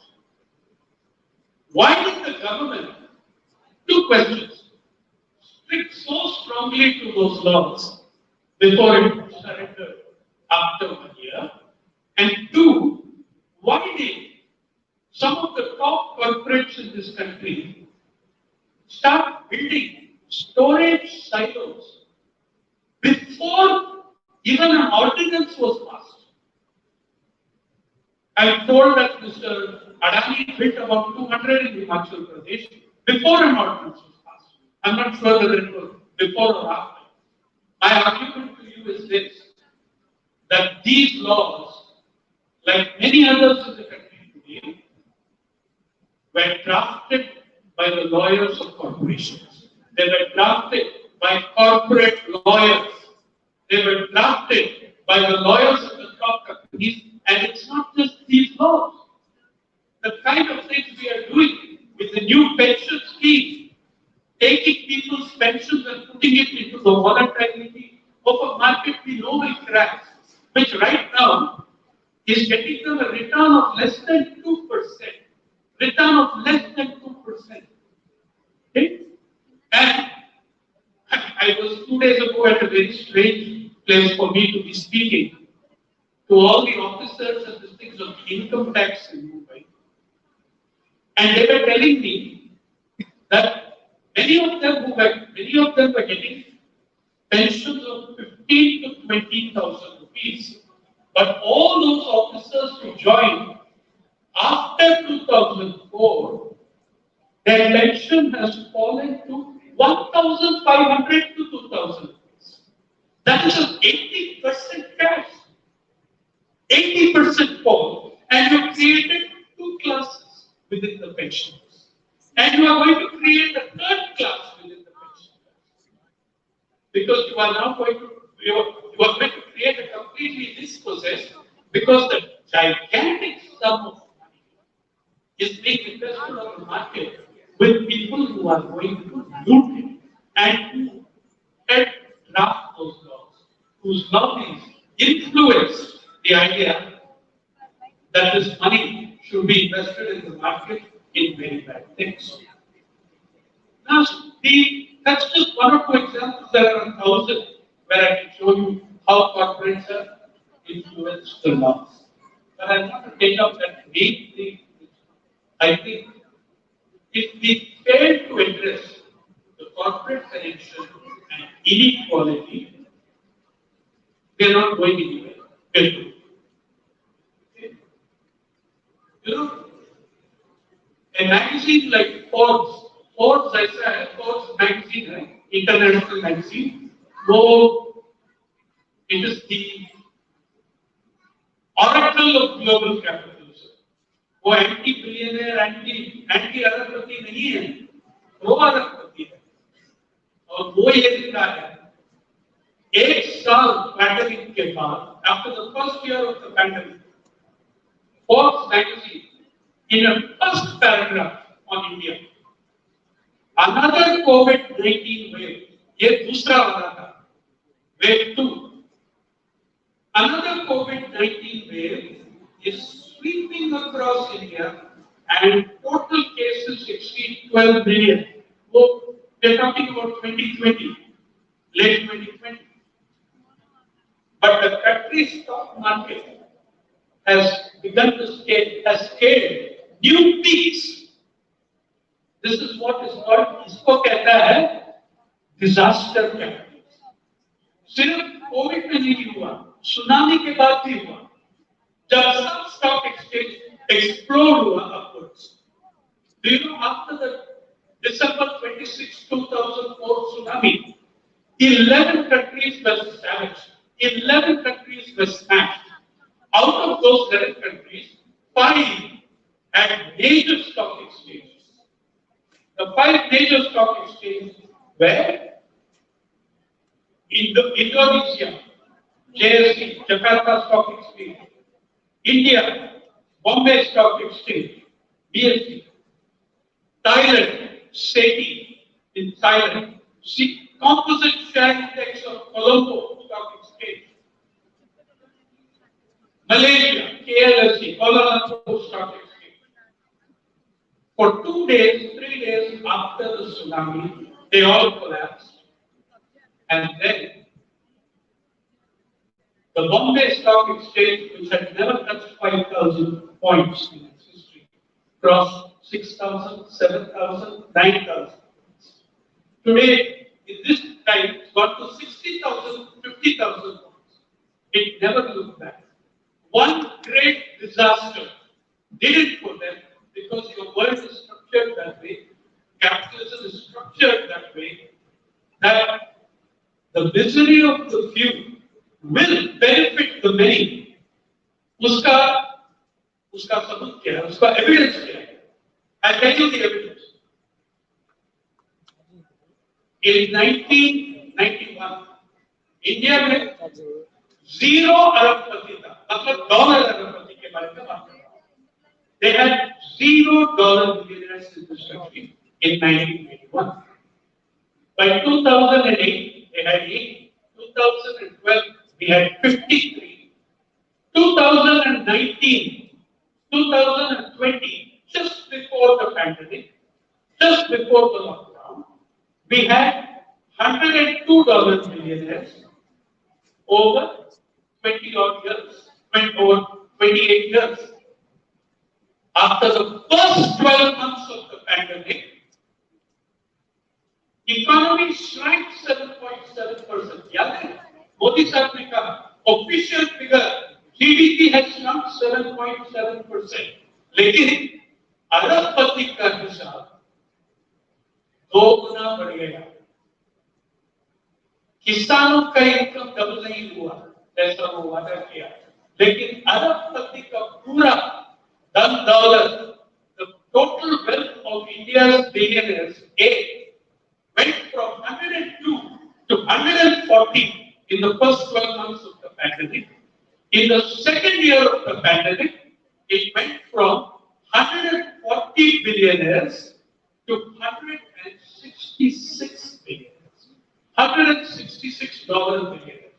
और वैसा ये जो 169 लोग हैं, 66 लोग हैं, their total wealth is $794 billion. उसका मतलब है their wealth is equivalent to 27% of your gross domestic product. 27%.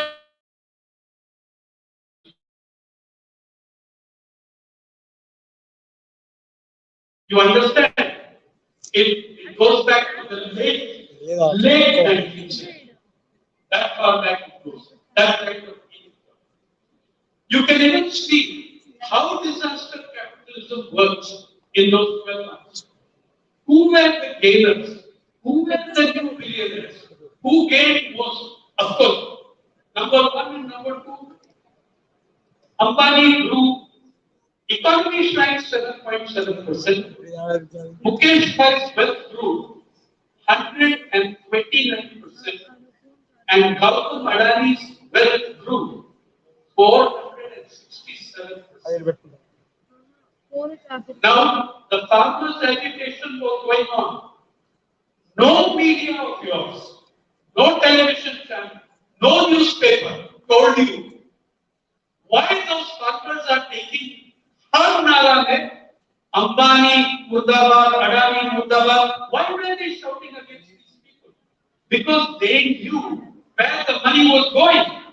Did any media tell you that in the year 2020-21, the total wealth of Mr. Ambani was equal to the GDP of Punjab? Punjab's GDP was $85.5 billion. 85.5 Arab dollar Punjab का GSDP, state domestic product. Mukesh भाई का $10, रिलायंस का नहीं, उनका खुद अपना personal wealth 84.5 Arab dollar, $84.5 billion, and rising. Punjab's GDP was shrinking.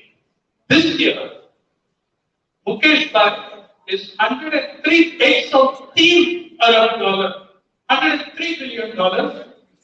Punjab has slowed down. It's gone below that 85. Almost, and Mr. Adani is $113 billion, which is almost equal to Haryana's GDP. These are the figures. This kind of inequality, no society in the world historically can sustain that kind of inequality indefinitely. And you are seeing how it is, the kind of divides, the kind of inequalities are being used so that, when the economy shrinks 7.7%, 140 individuals, 166 individuals, their wealth went up by 98%. 98% in 1 year, and then more the next year. Okay. Now, who were the sectors that benefited? So clearly, Sundararaman will not be surprised to know that India reached in the latest rankings of the first year of pandemic 24 healthcare billionaires. 24. And the top health fast वाला sector में 24 dollar अरब आ गया एक साल के अंदर. पहले कुछ 8-10 था, 24 था. और वो 24 से अगर आप टॉप 10 लेंगे, जो सबसे the people of the top 10 of those 24, हर दिन एवरेज में हर दिन उसने कमाया. पैंडेमिक कोविड-19 का पहला साल में हर दिन उसने कमाया 5 billion rupees per day. 5 अरब रुपया हर 24 घंटे. ऑनलाइन टेक्नोलॉजी बाइजू का वैल्यू 3 गुना बढ़ेगा. किसान का कुछ नहीं हुआ, लेकिन बाइजू का बढ़ गया. और करोड़ों बच्चे 2 साल शिक्षा बंद हो गया. लेकिन online education technology they were at the top of the list in games. और ये देखिए Second, remember COVID-19 was called the great leveler. I personally believe that COVID-19 gave us a brilliant, COVID-19 gave us a brilliant, unsparing autopsy of our society. The corpse is on the table. Every nerve, sinew, muscle, organ, bone is visible. You can see who we are, where we came from, and where we are going, what we are just now on that table. We can learn from that and build a republic of reason. Or we can claim, as the government of India, that the entire world is jealous of us and engaged in conspiracy to defend India, including such organizations as the World Health Organization, that has been unable to say good to a goose in its existence. Remember, when they gave a tuberculosis figure of 4,79,000 in 2017, they immediately withdrew the figure and the report and said no more after the government of India scolded them. Now you are saying, all these people saying 4 million people died in COVID, 3 million people died in COVID. They're all liars, they're conspirators, they're jealous of us. Yeah. Okay? Remember one thing, you are not going to get any enlightenment, anything from your media in doing this, simply because of the first point I made. Who are your media? जो mainstream media कहता है, क्या mainstream है?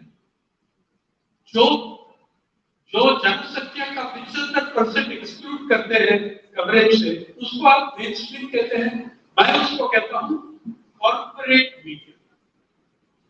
अंबानी अडानी का नाम क्यों नहीं आया? वो जो फार्मर का, किसानों का नारा में था, वो क्यों नहीं आया अखबार में, चैनल पे? बिकॉज मुकेश भाई is the biggest owner of media in India.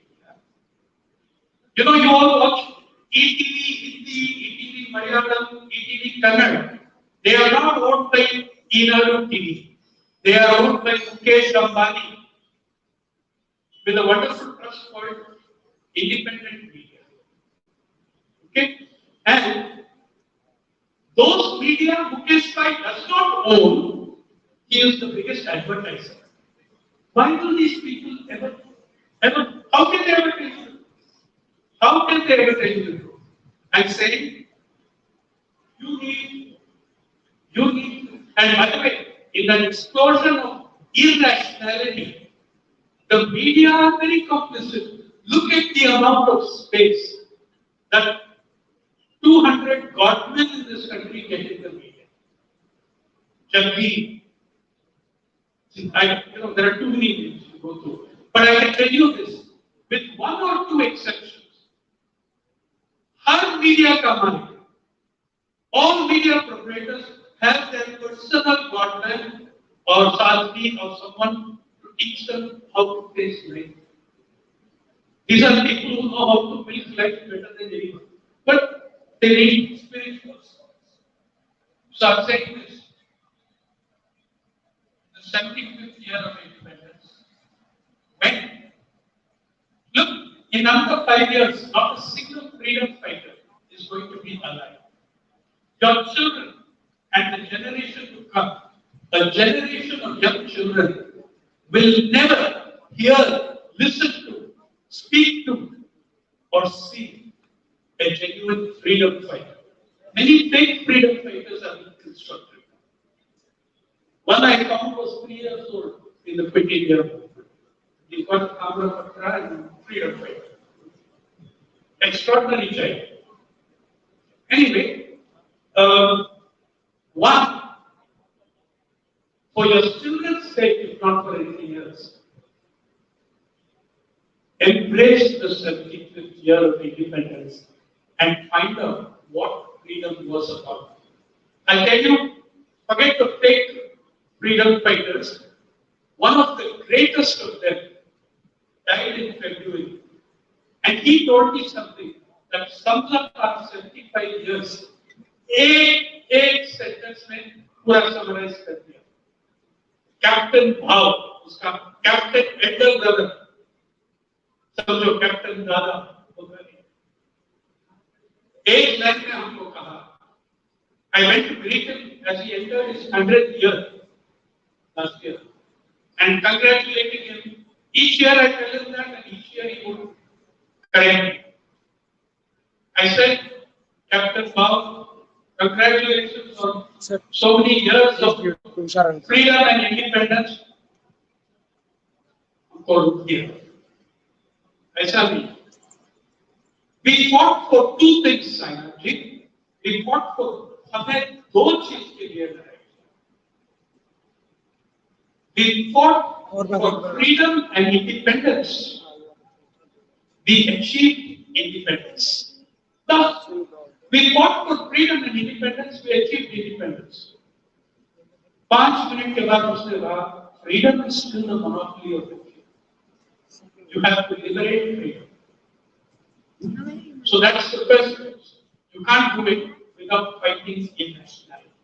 2, you cannot change the situation. अब उसने ये कहा, हमने आजादी की लड़ाई किया और स्वतंत्रता, स्वराज्य तो मिल गया, आजादी नहीं। You need to fight for nationalism, to reclaim your history for your children and future generations. And people with a scientific effort, with a scientific approach, have a very great responsibility in doing that. 2, you have to confront and analyze everything through the prism of corporate power. अब media लेके freedom of expression ये सब भूल जाओ. The media are corporations. Analyze them as corporates. You analyze them in that way. 3rd, जैसे मैं कहा, you have to fight. You have to promote nationalism, and you have to fight the greatest inequality that Indian society has ever seen in science, in health, in education, in wealth. These are the 3 of the many challenges before that. But I'll stop there today. Thank you.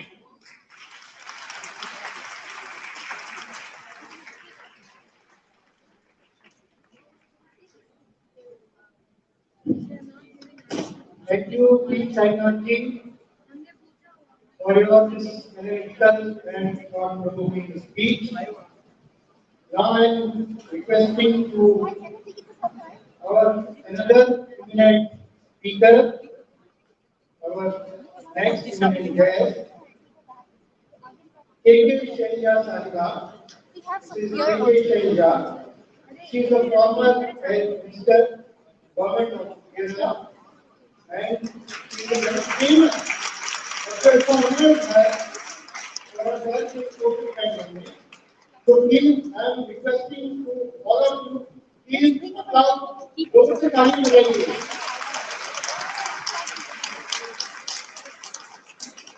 Respected dignitaries on the dais, my dear brothers, sisters, and my dear friends, I am proud to be here with the activists of All India Basic Science Network who are fighting against superstitions and all other evils throughout the country, from different places, from different states.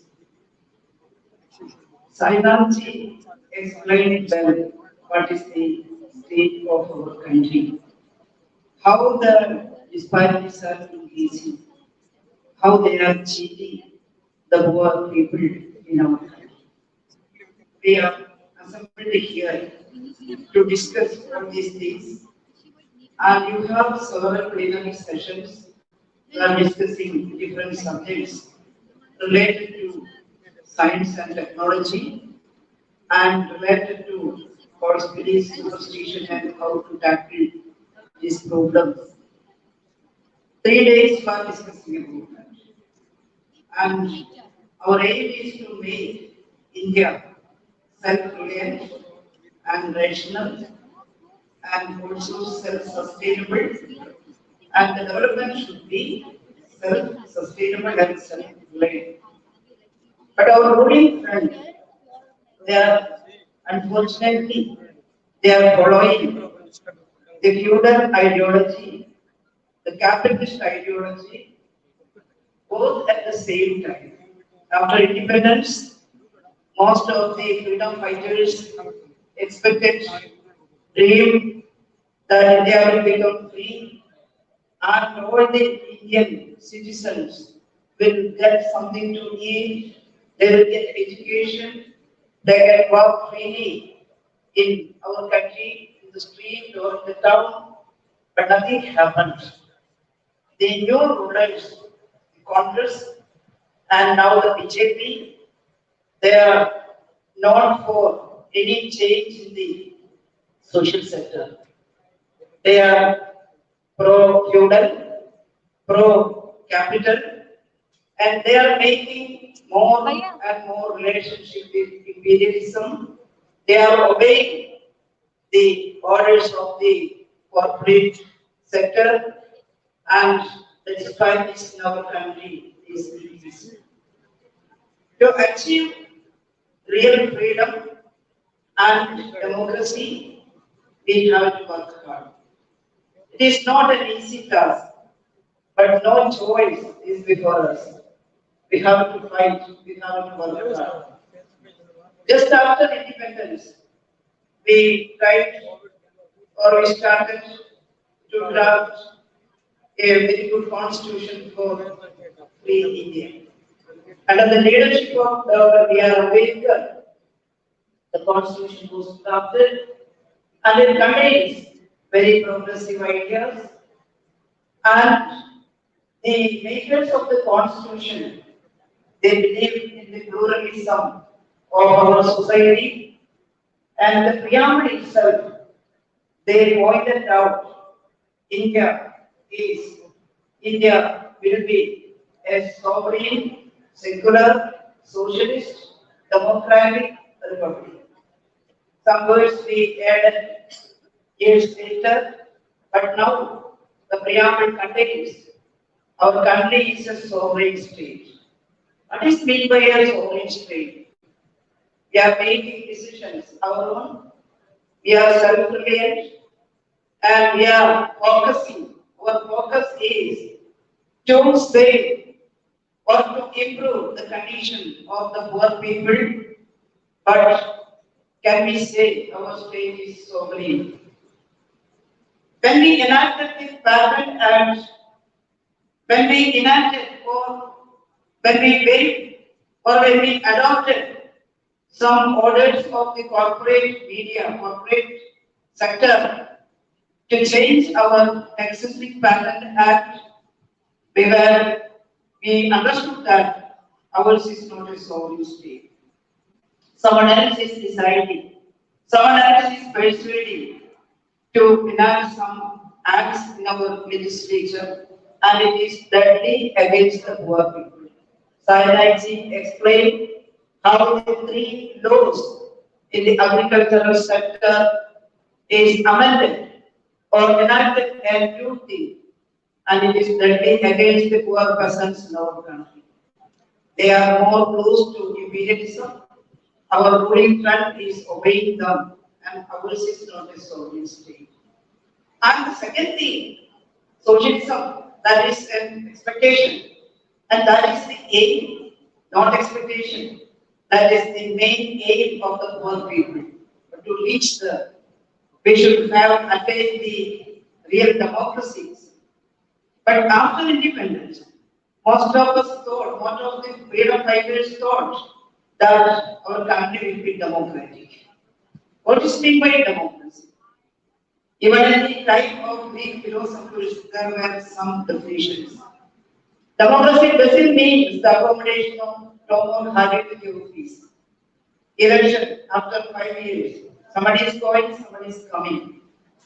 That doesn't mean democracy. Democracy means perfect equality in opportunity, equality of the citizen, the freedom, and the right to life, right to livelihood. This shows the democracy. But democracy is not happening in our country.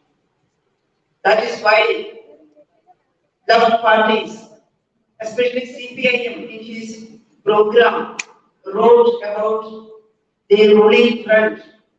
They are not for making democracy. And we have to do that. The left have to do that to conduct or to have people's democratic revolution. It is not also very easy, but we have to fight for democracy. Democracy is not here. And secularism, that is the key point.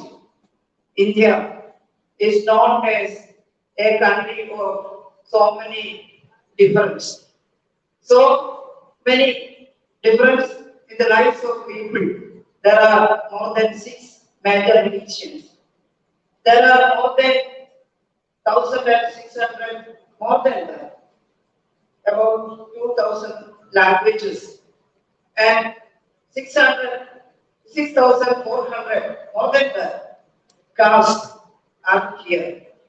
All the customs are different, all the religious systems are different, the eating habit is different, everything is different. In such a country, we thought unity in diversity should be our slogan. And our constitution makers also thought like that. That is why they decided to have the word secular in our constitution. But where are we standing now?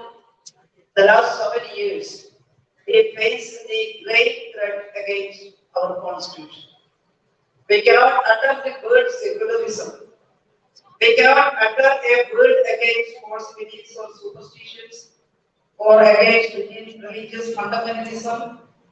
They are very intolerable.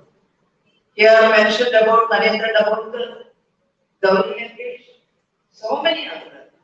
They are murdered.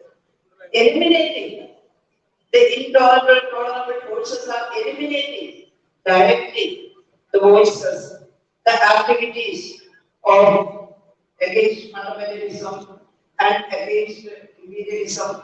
They are directly acting. So our duty is very severe, or we should have to strengthen our organization to fight against the fundamental ideology and against the move to destroy our constitution. When the fundamental duties declared after drafting the constitution is in 1976,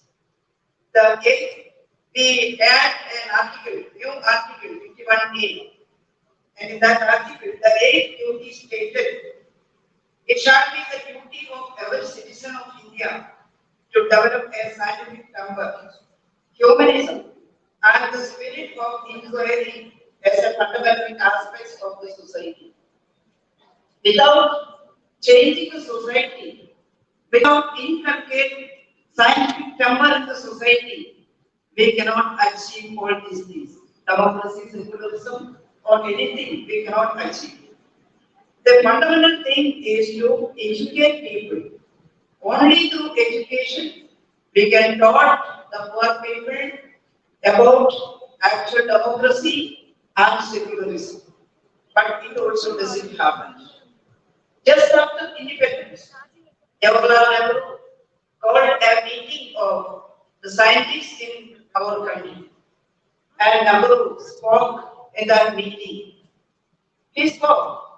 All societies are naturally conservative. But Indian society is more than normally conservative. Your duty, the scientist's duty is to change the society, to inculcate scientific temper in the society. That is the first thing Nehru spoke to the scientists of free India. But what happened? We cannot inculcate that temper. Nehru defined what is the scientific temper. It is the mode of free thinking, rationality, and also inquiry, and also the braveness for questioning everything. Our first Prime Minister explain that way. But our scientists cannot do that duty well. After 75 years of independence, where are we standing now? Sailaji explained about the Sangha Parivars or the central government's agenda, how they are celebrating Azadi Ka Amrit Mahotsav. Whose Amrit Mahotsav? For the poor people, what Amrit they got after Azadi, after independence. And the fate of the poor people are becoming more poor. Almost 75% of Indian population are struggling hard to live a decent life. Almost 50 are under the poverty line. And after this COVID-19 pandemic, 30% more Indian population go beyond or under poverty line. But at the same time, the top 15 or 20%, they are getting more. The distribution of money, it is not equal. The rich become more rich. We have, as stated by psychology, before pandemic, we have nearly 100 millionaires, and after that, it become 167 or like that. What mean by this? The government is pro-corporate and pro-rich. They have no idea for the poor. But without making the population scientific or increasing the scientific number, we cannot do anything in our country. The most important part of the democracy is to destroy or abolishing the evils of feudalism. Most ugly face of the feudalism is casteism, the untouchability, the apartheid, and India never decided, our rulers never decided to demolish that or to abolish that. Casteism is here. In all the days, in Kerala there was some change because of the left thinkers. During the independence struggle, communist organization becomes stronger inside the Congress, International Congress. Everyone was fighting under International Congress against British rule. At the same time, they came to know, not only in Kerala, different parts of our country, they came to know about the socialist ideology, about the Communist Manifesto, about Marx and Engels, and about class struggles. In our place also, Kerala also, inside Congress, Congress Socialist Party was formed in 1930s, and also Communist Party was formed in 1930s, and they fought against feudalism. It was a hard struggle. It's not easy to get some grains to eat. The starving peasants, the Communist Party organized them, and they mobilized them, and they bravely fought against the local enemies and feudal landlords. But several have to undergo this hanging, or they were imprisoned and firing inside the jail. Hardship they had to suffer. But when the linguistic states are formed, when in 1957, when a government was elected in our state, it was a left government. The people rallied behind the left party to get some land. They believed that rallying behind them will help them to get a piece of land, a good clothes to wear, and also they will get education that becomes good. And after the formation of the state government, the first decision government took in Kerala under the leadership of E.M.S. Namboodiripad was to state the eviction of the poor peasants from the land. That was a great revolution. The poor people who were evicted from the land, any time the landlord wishes, they got a piece of land to stand still. And the education reform law enacted by Joseph Mutashedi, education minister in that cabinet, that helped to improve the public education system in Kerala. Now it is highly developed system. In each and every village, we have some schools, our primary, upper primary, high school and higher secondary. Every village, the students can go to a higher secondary, government higher secondary school. Similarly, Dr. A.R. Menon, the famous health minister, he enacted a law for public health system. Now in Kerala, each and every village there is a primary health center. Now we are improving it, and sub-centers and medicines are there, doctors are there. I'm not saying it is sufficient. We have to improve it according to the parliamentary wishes or needs. But it is the Kerala change their law.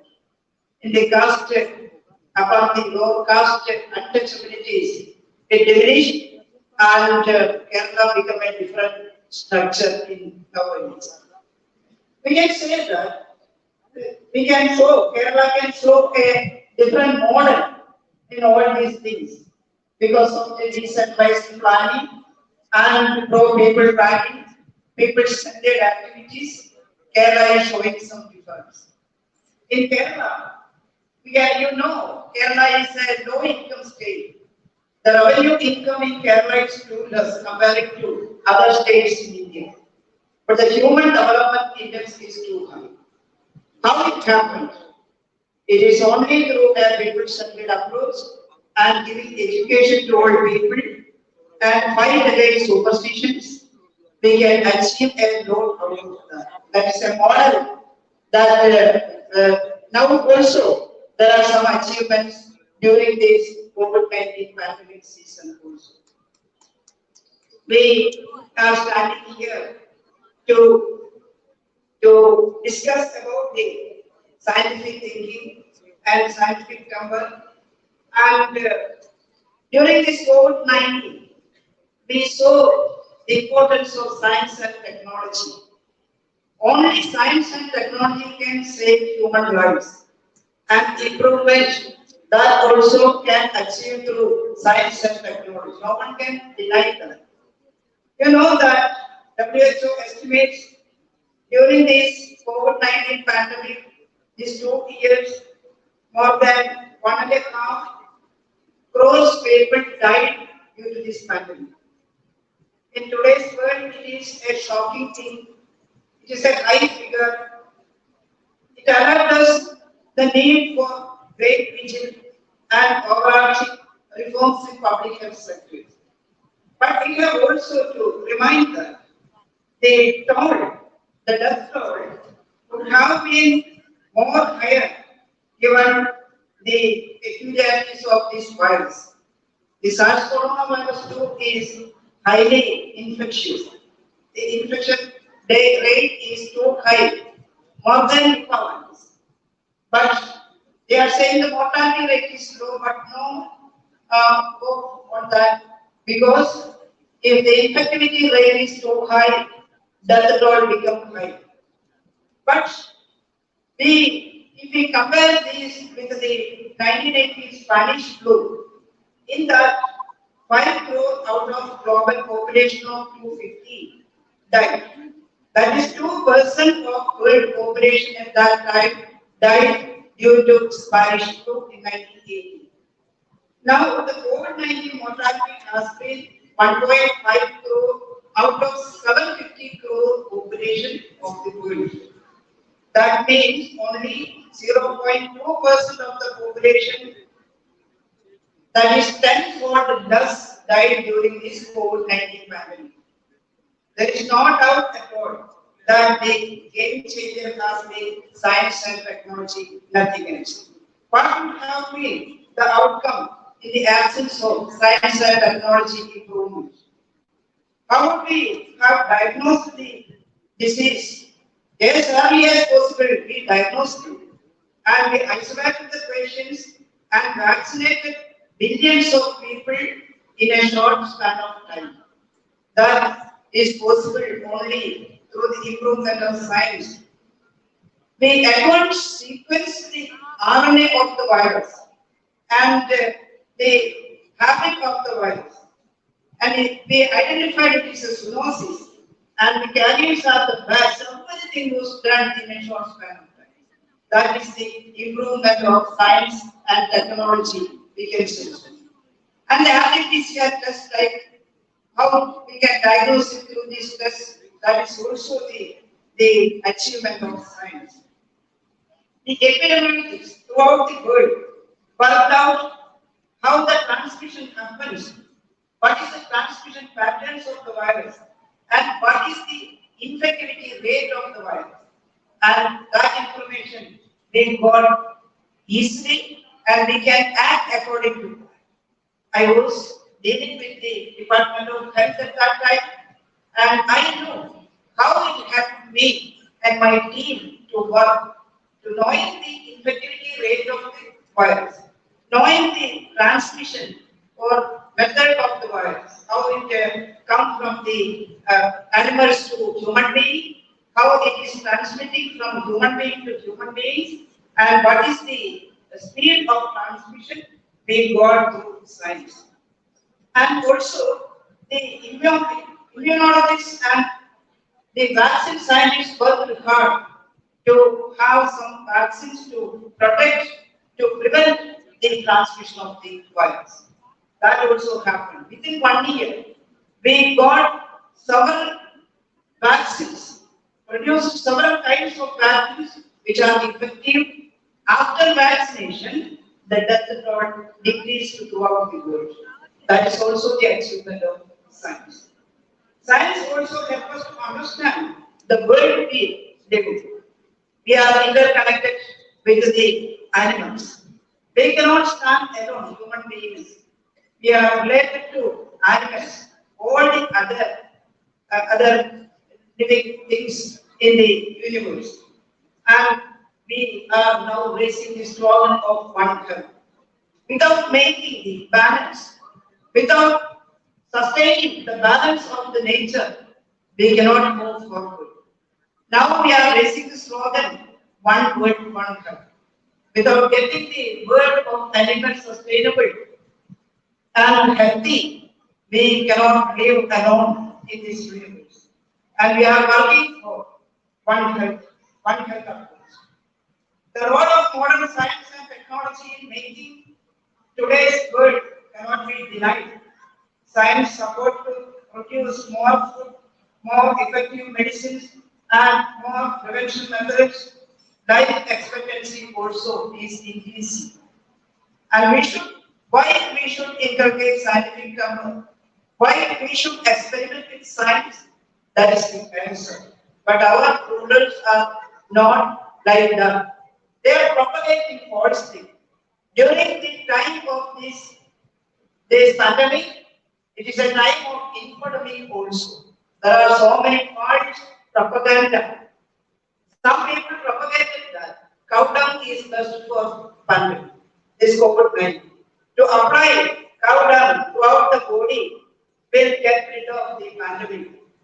BJP is giving leadership to these propagandas. Some Sangha leaders said cows are producing oxygen. They are giving oxygen outside, and we are getting oxygen from cows. And some people believe that. What is the fate of this society after long years of independence? There are some people who shout slogans for cows behind the Sangha. That shows the state of our society after this independence. And we should aware of that thing also. The increased cooperation also should be noted, and we are facing some threats, some pollution due to that.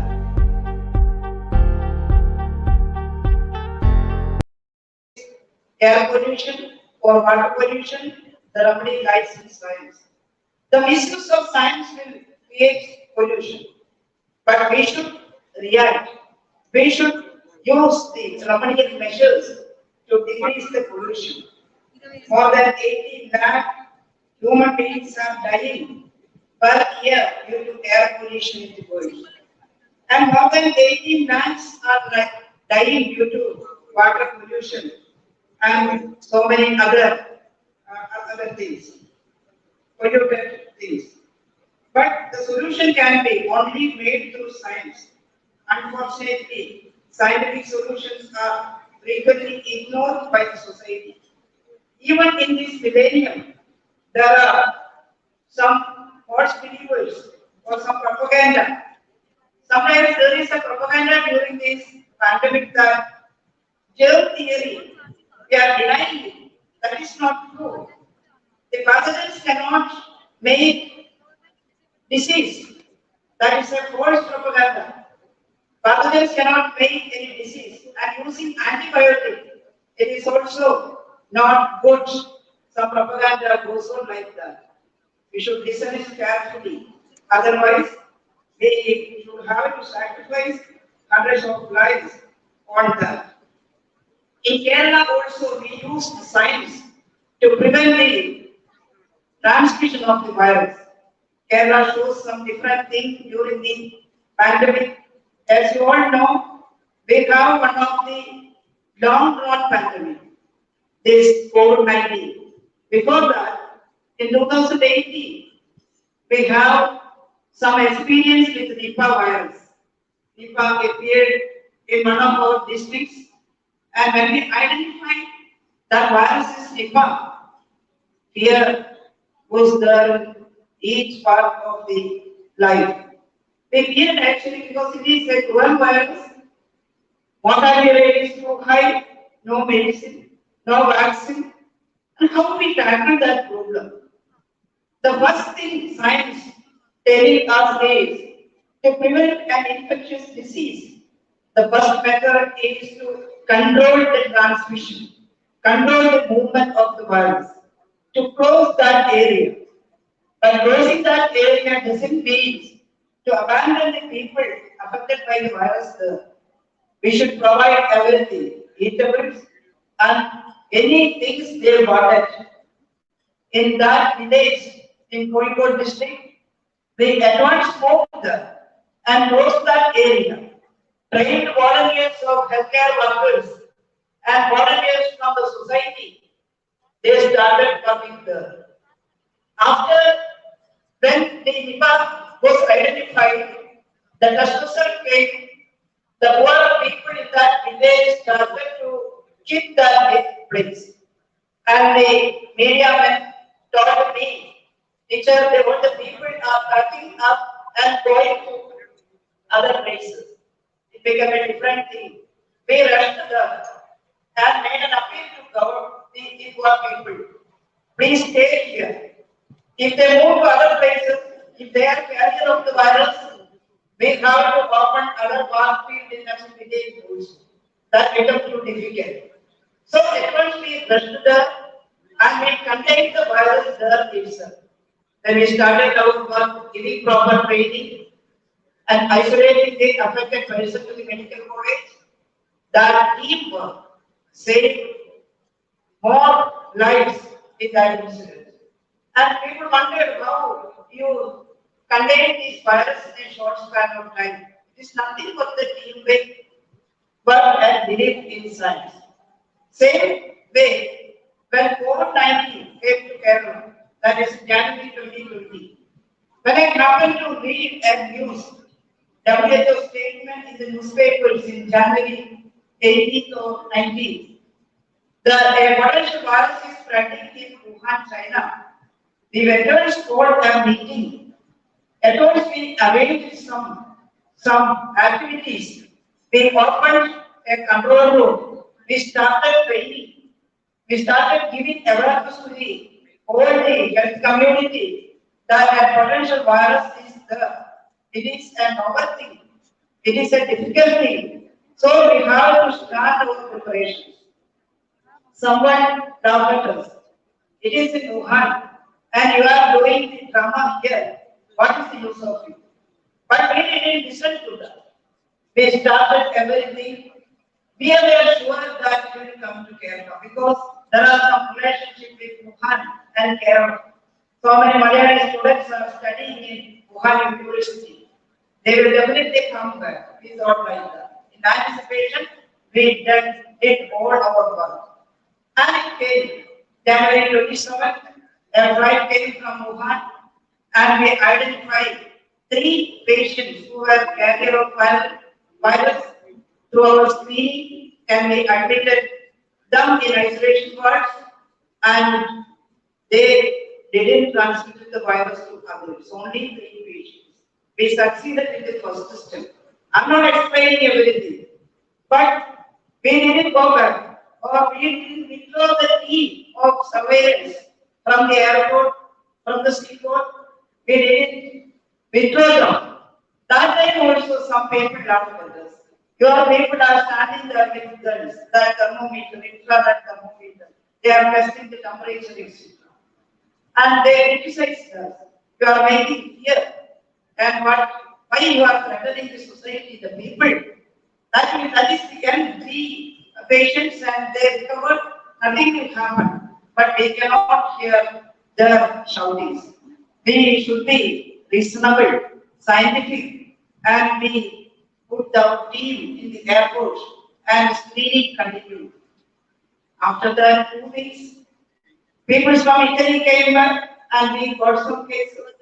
And throughout the world, people returned to Kerala with this virus and we screened and we made some strategy according to scientific way, screening, quarantining, testing, isolating and treating. At that time, WHO slogan was test, test, test, nothing else.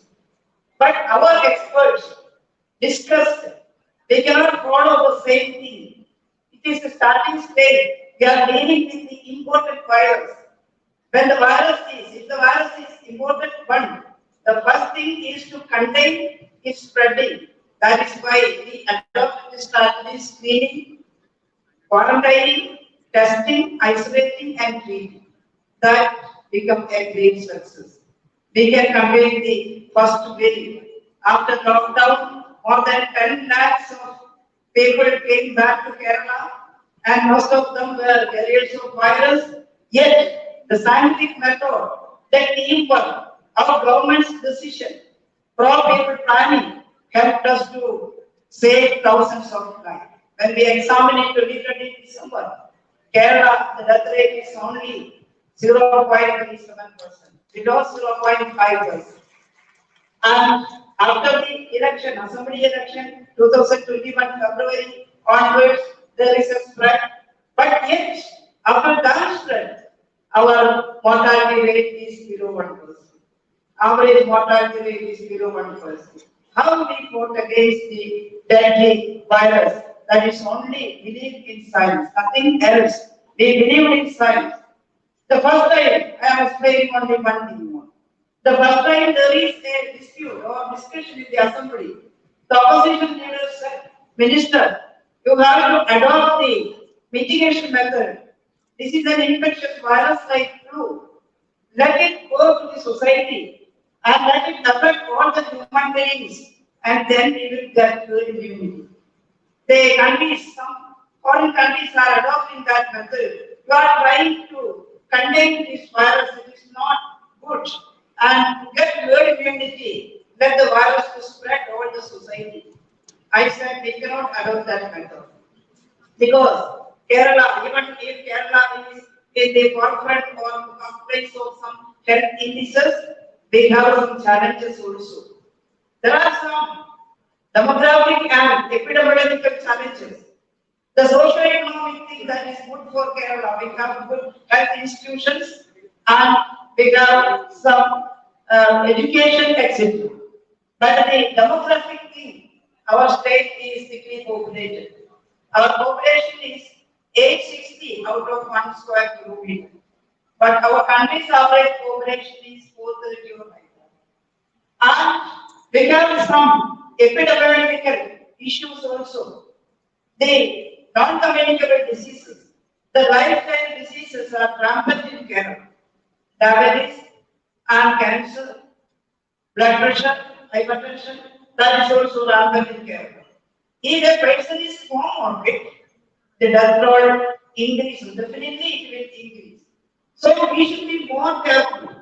We cannot pretend that Kerala is good for health diseases. We are in the first place, we have so many hospitals. We cannot act like that. So we made every precautions according to the science. We made every precautions and we started building our health system capacity. Every time we decided to put the virus, potential of the virus under the health system capacity threshold. We made more centers to prevent COVID-19. We opened more COVID-19 hospitals. We provide more beds in the hospitals, more ICU beds, more oxygen cylinders, oxygen generators. We were working toward that year, 2020, and we achieved that goal. No one died in Kerala without getting oxygen. No one died in Kerala without getting a bed in a hospital, without getting admission in hospital. That is because of our hard work and our work in a scientific manner, teamwork, nothing else. I believe in teamwork. Without team, without experts, we cannot do anything. As a minister, I cannot do anything myself. I am only a teacher. And I cannot do without the knowledge from others. We accepted the knowledge from others. We made teams and we trusted them and we worked hard for a aim. Our ultimate aim is to save lives, to reduce death, to save life. That is the achievement. And from media from all over the world asked them, how you reduce mortality rate? When in 2020 December, the World Organizations conducted a zero surveillance study. 80%, more than 80% of Keralites were not infected by COVID. They were susceptible. And at that time, vaccine came. I also thought as a science teacher, I'm sure that vaccine will come. Someone will found some vaccine. And when vaccine came, we should protect the people from the COVID-19 virus. And when we started giving vaccine to them, we can save more lives. That really happened. When the vaccine came, vaccination begins, 80% of Keralites were non-infected. They were susceptible. And suddenly we gave vaccine to all people, and we can save more lives out of that. I'm elaborating everything, not elaborating, but it is science, it is belief in science, and we have to do more rationally these things. That should be the slogan of our meeting and our discussion. You are discussing everything in your sessions, and we should have to fight against the superstitions and the apathy made by the Sanghaparivar and our central government, and also we should find what is the provision for the poor people, budget allocation. I suffered too much because central government is allocating only 1% of the GDP to the health sector. What shall we do with that? But in Kerala, we have some parallel methods. We took some loans, long-term loans to Kerala Infrastructure Investment Fund Board and distributed it in the capital expenditure sector and built very scientific hospitals, very good instruments, new instruments we provide to the hospital, not only the hospital but to private schools, public schools, etc. And we are adopting the new technology in each and every field. That is our own experiment in Kerala. I think it was a great success. But the central government is cheating us. They were not giving proper share of the income. After the GST, they are also denying the proper share of the GST to the state government. They are not giving. And they are not allowing us to take loans. they are putting some barriers to take some loans also, and we are suffering a lot. But we have to fight throughout India. We have to fight in future. We should have to achieve actual democracy, and we should have to protect our constitution, protect the secularism of our country. Comrades, friends, we have to fight hard. And after this meeting, I think we get some more energy to fight against feudalism and also capitalist and imperialist ideologies and the habit of the disparities made by this central government. We are ready for fighting. Please go in your place and organize the poor people and try to make scientific temper in them. That is our beauty in this world. And with salute, I salute all you comrades. I am concluding my speech.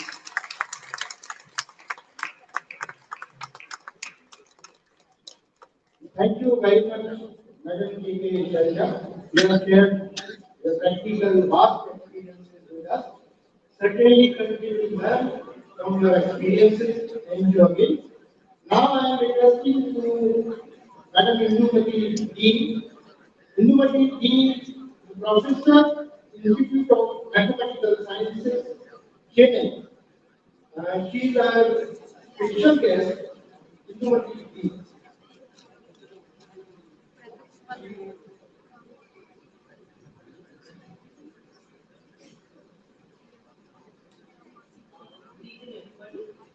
I'd like to thank the organizers for inviting me to this talk. थोड़ा बहुत हिंदी में बात कर सकती हूँ, कोशिश करूँगी, but mainly English में बात करना चाहूँगी क्योंकि the technical words that I'm going to use should be in English, so please forgive me for this very to speak in English. So today I've been asked to speak about the status of science research in India. When I was first asked to talk about it, I was wondering how to make a case for science research in the meeting of the European Science Network. You can't hear me? I should speak louder, I should come closer. Is it okay? Is that better? Okay, thanks. So I was wondering how to integrate this very technical presentation on the state of science research in India with the program of the All India People Science Movement. That is the theme of this week's program. And I realized that actually both of PSN is about the importance of science education, science popularization, and a very integral part of it is to understand about the status of science research in India, because that's what we are going to popularize. So I think it fits in very well. There is also a very deep connection between the AIPSC and basic sciences research, and I will come to it at the end. जैसे मैं कहना चाहती हूँ कि AIPSC के काम और विज्ञान अनुसंधान में एक बहुत गहरा एक संबंध है, जो मैं आखिर उसके बारे में आखिर में बात करूँगा। तो चलते चलते आपको ये भी समझ में आएगा कि जो भी प्रॉब्लम्स हैं हमारे बेसिक साइंसेस रिसर्च प्रोग्राम में, वो आमतौर पे आप सामाजिक रूप में भी देख सकते हैं, जैसे कि स्कूल के जो प्रॉब्लम्स हैं, कॉलेज एडमिशन के जो प्रॉब्लम्स हैं, वो तो अलग नहीं है। ऐसे ही सिमिलर प्रॉब्लम्स आपको बेसिक साइंसेस रिसर्च प्रोग्राम्स में देखने को मिलेंगे। और basically there are 4 different aspects I want to talk about. The aspect of the research institutions, the research centers, where mainly such kind of basic sciences research gets done in India. The intervention of government in this regard, the aspect of students, and of course the science movement. So let me start with the students first. So of course I want to say that my main focus will be actually on physical sciences. That's what I know most about. But I think these sentences are fairly generic. I would like to start by saying that most research in India goes on at very exclusive research centers, like the IFR, IITs. And these research centers are most often isolated, not only from each other, but especially isolated from universities. जो जो छात्राएं हैं वो university वो colleges में शामिल है और जो रिसर्च चलता है वो ये छोटी छोटी यूनिवर्सिटीज में जो चल रहा है और उन दोनों के बीच में कोई लेना देना नहीं है। तो you need students to keep alive your vibrant activities or research, but really what you have is a total disconnect between the places where these researches are going on and the places like universities and colleges where such a huge potential of student human resources is actually available. This has been a problem, I think, forever, I would say. And it doesn't seem to me that this problem is going to get solved because the government is opening more and more specialized IITs, more and more specialized research, and not talking about actually very special schools where they're going to actually make this, more and more exclusive rather than more and more inclusive. And this is a very big problem, I think, for basic sciences and for education in general. In fact, I would say that there's hardly any interaction between departments themselves, between universities, leave alone between different research institutions and between colleges and research institutions. I think this is a very big problem in science research today. When you come to the side of the government, of course, the government is the most basic source of finance for all research institutions. The budget is actually very small. Shalaja ma'am just mentioned about 1% of GDP for health, and for higher education it is even less. It is 0.6% of GDP. So जो budget allocation है research के लिए वो बहुत ही कम है और उससे ज्यादा ये भी बात है कि जो एलोकेशन मिलती है वो यूनिफॉर्मली डिस्ट्रीब्यूट नहीं होता है. So much of it is with the DRDO, Department of Space, and the bulk of the money goes to very few institutions. So there is a huge disparity in this as well, and there is complete unfair division. There has been some talk last year about some new program called National Research Foundation. Government ने claim किया कि 10,000 करोड़ हर साल 5 साल के लिए देंगे, मगर इसका कुछ नहीं पता है तो आएगा कि नहीं, क्या इस तरह की मल्टीडिसिप्लिनरी रिसर्च होगी ये भी हमें नहीं मालूम है, तो इसके बारे में बहुत ज्यादा बात नहीं होती. गवर्नमेंट का एक और इंटरवेंशन है which is a very bad thing. ये स्टूडेंट एडमिशन जो आप देखेंगे अभी नीट के बारे में हमारे मैं तो चेन्नई से हूँ, तमिलनाडु में बहुत चर्चा हो रहा है नीट के बारे में. ये जो मेडिकल एंट्रेंस एग्जाम के बारे में ऐसे ही हमारा एक जो जिस इंस्टीट्यूट में मैं काम करती हूँ एक सेंट्रलाइज्ड एडमिशन टेस्ट है. If you want to do research in my institution, you have to pass the JESE test. Now, it doesn't matter how good you are, how motivated you are, if you do not have a technical background, if you cannot have those math skills, if you cannot crack it to some tuition center, there is no way you're going to do research in India today. And there is absolutely no possibility of actually allowing students to come in. Suppose you see a student from a university or a college, extremely motivated, coming every summer to work with you, very good with their hands, but there is no opportunity to hire a student unless they have passed this. So this was not the case 10 or 15 years ago, where we could actually just have a local entrance exam and interview the student and give them admission. The government has actually made it very rigid, very non-flexible, and I think this is a very big loss for the research community. Because if you take any test, IIT के entrance test देखिए, IIT तो engineering का exam है, IIT के engineer बनते हैं, scientist बनते हैं बहुत कम numbers में, मगर इसका भी test लिखित होता है ना. आप अगर हाथ से काम करना चाहेंगे, आप अगर देखना चाहते हैं कि वो छात्र हाथ से अच्छा सा काम कर पाएगा कि नहीं, वो तो रिटन एग्जाम से आपको पता नहीं चलेगा. मगर हर जगह जो आप देखेंगे ना कि ये रिटन एग्जाम के द्वारा ही हम एडमिशन देते हैं, तो ये सिर्फ रिसर्च लेवल का प्रॉब्लम नहीं है, ये स्कूल कॉलेज सभी जगह से लेके हम somehow इंडिया में हाथ का काम का रिस्पेक्ट नहीं करते हैं. हम सोचते हैं कि अगर आप लिख सकते हैं, आप मैथमेटिक्स के प्रॉब्लम सॉल्व कर सकते हैं, तो आप बहुत ही बड़े आदमी हैं. अगर जो हम एक्चुअली चाहते हैं, जो रिक्वायरमेंट है सोसाइटी के, वो तो हाथ से काम करता हुआ इंजीनियर से है, ना वो इंजीनियर जो IIT करके फिर MBA पढ़ के फिर ऑफिस में बैठता है. तो ये एक बहुत बड़ी प्रॉब्लम है हमारे रिसर्च एस्टैब्लिशमेंट में कि हम ऐसे ऑल्टरनेट एंट्री नहीं दे सकते. The other problem is that, of course, on the part of students themselves, as I said, there is a huge problem with being able to crack exams. And in this context, I want to talk about interaction between basic science research labs and industry. Just to also highlight it as an example. I am working for many years with a project called India-based Nuclear Observatory. It's a very unique project of its kind. It involves funding from both DAE and ESP.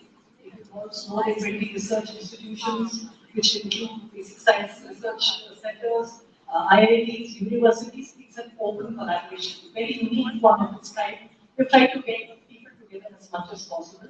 It has both scientists and engineers. Engineers, in fact, are very much needed for such a big project. It's a completely indigenous project to establish an underground basic science lab in India. Now, for such a project, you need huge numbers of scientists and people willing to work with their hands. We have a prototype detector, 85 tons, running in Madurai, that through the pandemic, it didn't close even for one day. Anyone going to Madurai, most welcome to visit our lab.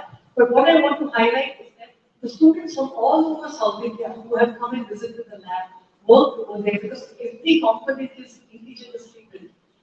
जो हर एक component है उसका R&D वही lab में किया गया है, यही ताकि भारत में कोई एक लैब में किया गया है और उसका जो मैन्युफैक्चरिंग हुआ है वो एक MSME यानी कि micro medium and small scale industry से हुआ है और वो जो प्रोटोटाइप है 85 टन वाला prototype it required the interaction with about 50 or more than 50 local industries which involved a lot of technology transfer of cutting edge technology.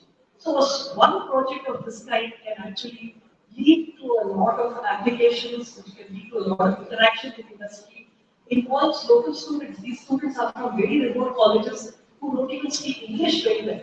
And they are so enthused by this, and it's so disappointing when they say, how can I become a part of this project? And I have to tell them that you have to crack that exam. Which, I mean, hardly 150 students from all over India crack that. And as long as we remain so exclusive, I think will remain a problem. So on the one hand, I think we are really enthused by this fact that you have to have projects which go from science and lead on to developing technology which have applications to society. I think Shailaja ma'am talked a lot about it. And this interaction, I think the need for basic sciences research. If you look at, when an electron was discovered more than 100 years ago, it was curiosity.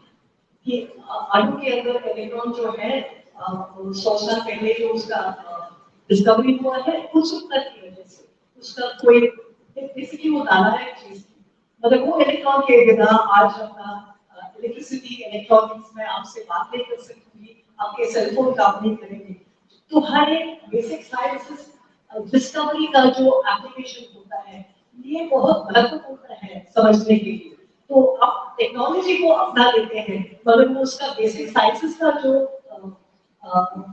Core होता है उसको समझना बहुत ही important हो जाता है so this interaction which we need to do not only between science and technology but within science to break these barriers of research centers versus universities department to department because today's science is multidisciplinary.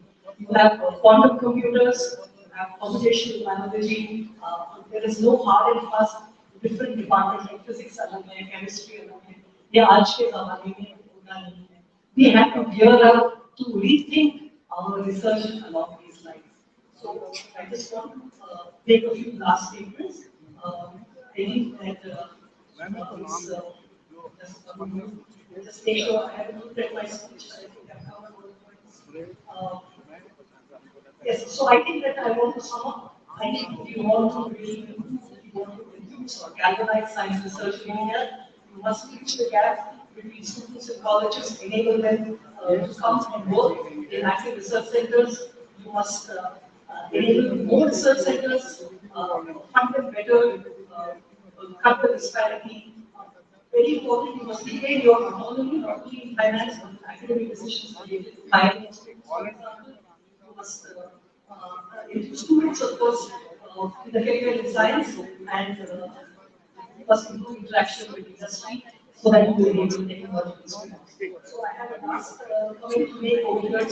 Why PSMs? I've already said that PSMs, you have to know the science, you must understand the science, because science organization is the core of what you do. But I think that one very important aspect of property of PSMs is they are conscious speakers of science. Scientists और विज्ञान अनुसंधान और scientist के अंतरात्मा के हवाले हैं, ऐसे कह सकते हैं, क्योंकि साइंस में तो हम हर चीज हम सोच लेते हैं, हम सिर्फ समझने के लिए हम साइंस करते रहते हैं, अनुसंधान करते रहते हैं, मगर ये सोसाइटी के लिए अच्छी चीज है, is it ethical, is it correct, is it something that should be applied, should be done. These decisions are not made by scientists, they are made by society. And this is a very important aspect for science communicators, for scientists, important reason for scientists to talk to science communicators, to talk to members of people science networks, for people science network members to dispassionately assess the kind of research, not only the quality, but the implications of that research, and to be able to build a better society. I stop at this point. I thank again Dr. Chatterjee and the entire group for inviting me here to give this talk. Thank you. Thank you, Madam Inauguration, for your valuable suggestions to lecture. मैं अभी एक announcement करूँगा पहले कि जो लोग बाहर घूम रहे हैं और चाय काम कर रहे हैं, मेरे ख्याल से हो गया होगा, तो जो हमारे वॉलंटियर्स हैं, दोस्त हैं, उनसे रुकना कि कृपया बाहर घूम रहे लोगों को अंदर बुलाएं. अभी बाहर पहुंच जाएंगे, जो लोग बाहर जा रहे हैं उनको रिक्वेस्ट है कि प्लीज अंदर बैठिए, प्रोग्राम चल रहा है और अपने लगभग अपने चरण में. मैं हमारे बीच में जाने माने हिंदी के कवि, लेखक, साहित्य अकादमी पुरस्कार से सम्मानित और हम सबकी बहुत प्रिय मित्र आदरणीय राजेश जोशी जी हैं.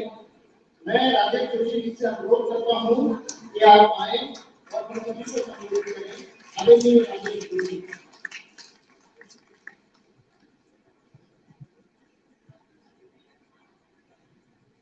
मित्रों, इतने महत्वपूर्ण व्याख्यान हो चुके हैं कि उसके बाद एक और व्याख्यान देना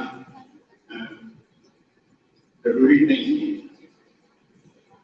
जब अमृत महोत्सव की बात चल रही थी और ये बताया जा रहा है कि 75वां वर्ष अमृत महोत्सव की तरह मनाया जा रहा है, तो मुझे अचानक याद आया कि भारत में 75वें वर्ष को से जुड़ी एक और अवधारणा है. वहां से वानप्रस्थ आश्रम शुरू होता है. मोदी जी की सरकार ने हमारे संविधान को, हमारे लोकतंत्र को, हमारी आजादी को वानप्रस्थ में भेजने की पूरी तैयारी कर ली है. तो ये अमृत महोत्सव वानप्रस्थ आश्रम बनेगा या अमृत महोत्सव ही रहेगा, ये तो भविष्य बताएगा. मैं बिल्कुल जैसा मुझे बताया गया था, मुझे कहा गया था कि आपको वैज्ञानिक इतना हमारी संस्कृति में बोलना है, पर मेरा अत्याचार मैं नहीं करूँ. और मैं देखो लगा कि अक्सर ऐसा होता है कि हम एक जो साइंटिफिक होता है, एक साइंटिफिक तथ्य होता है, उसके पीछे बहुत सारे सोशल साइंस के बहुत सारे फैक्ट्स को छुपा दिया जाता है. तो कुछ समय पहले एक कविता मैंने लिखी थी और मैं सोच रहा हूँ कि लेक्चर देने से अच्छा है कि मैं आपको एक कविता सुना दूँ. इससे ये काम एक कविता थोड़े से पुराने रेफरेंसेस के साथ है, पर आप समझ जाएंगे उससे. हमारे अक्सर लोग जो सिगरेट पीते हैं, बहुत सारे सिगरेट पीते, मैं भी पीता रहता था, तो उसमें चेतावनी छपी रहती है इट इज इंटीग्रेशन हेल्थ, ये स्वास्थ्य के लिए हानिकारक है। और कितनी सारी चीजें स्वास्थ्य के लिए हानिकारक है, ये इसके पीछे छिपाई है। तो इस कविता का शीर्षक ही है ये स्वास्थ्य के लिए हानिकारक है। मैं एक सिगरेट जलाता हूँ, मैं एक सिगरेट जलाता हूँ तो धमकाती है पैकेट पर छपी चेतावनी कि सिगरेट पीना स्वास्थ्य के लिए हानिकारक है। रास्ते में मिलता है दोस्त, दिन मांगे सलाह देता है कि बहुत एहतियात बरतनी चाहिए 40 की उम्र के बाद। गीत के स्थायी तरह दोहराती है कि छोड़ क्यों नहीं देते सिगरेट पीना, देखो पैकेट पर भी लिखा है सिगरेट पीना स्वास्थ्य के लिए हानिकारक है। देखो कि सिगरेट पीना स्वास्थ्य के लिए हानिकारक है, मैं कहता हूं कि बहुत हानिकारक है। व्यक्ति के लिए नहीं, पूरे देश के लिए हानिकारक है।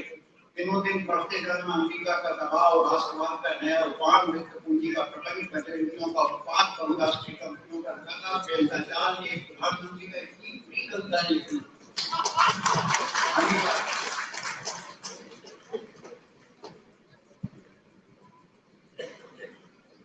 एक प्रधानमंत्री का इतनी बुरी स्पीच देना भी हानिकारक है।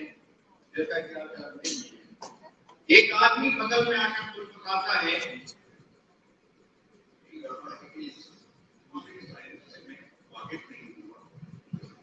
एक आदमी बगल में आकर मुस्कुराता है कि हानिकारक है शबाना आदमी का सिर उड़ाना, इससे नए नए दिमाग पैदा हो रहे हैं। पानी को वाटर कहने से डूबने लगती है जिनकी संस्कृति की नब्ज, पानी को वाटर कहने से डूबने लगती है जिनकी संस्कृति की नब्ज, उन्हें गंगा के साबुन में बदल जाने से कोई एतराज नहीं। एक कवि ने कहा था कुछ बरस पहले, खतरनाक है सपनों का मर जाना। एक दोस्त पाठ को बदल कर कहता है कि खतरनाक है सपनों का घर जाना। दूसरा दोस्त एक बार फिर बदलता है पाठ, सबसे खतरनाक है सपनों का बिक जाना। महानुभाव वो कुछ भी बेच सकते हैं, क्रांतिकारी गीतों को बना सकते हैं, बेच सकते हैं वंदे मातरम और कोलगेट की मुस्कान।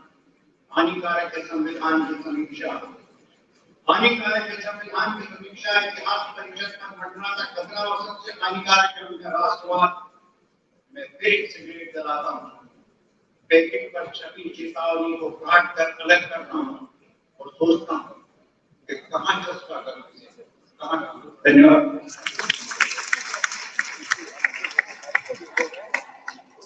बहुत बहुत शुक्रिया आपका जी। और काम कार्यक्रम से बिल्कुल अंतिम बिंदु पर है। 3 छोटे-छोटे प्रोग्राम्स हैं। एक हमारे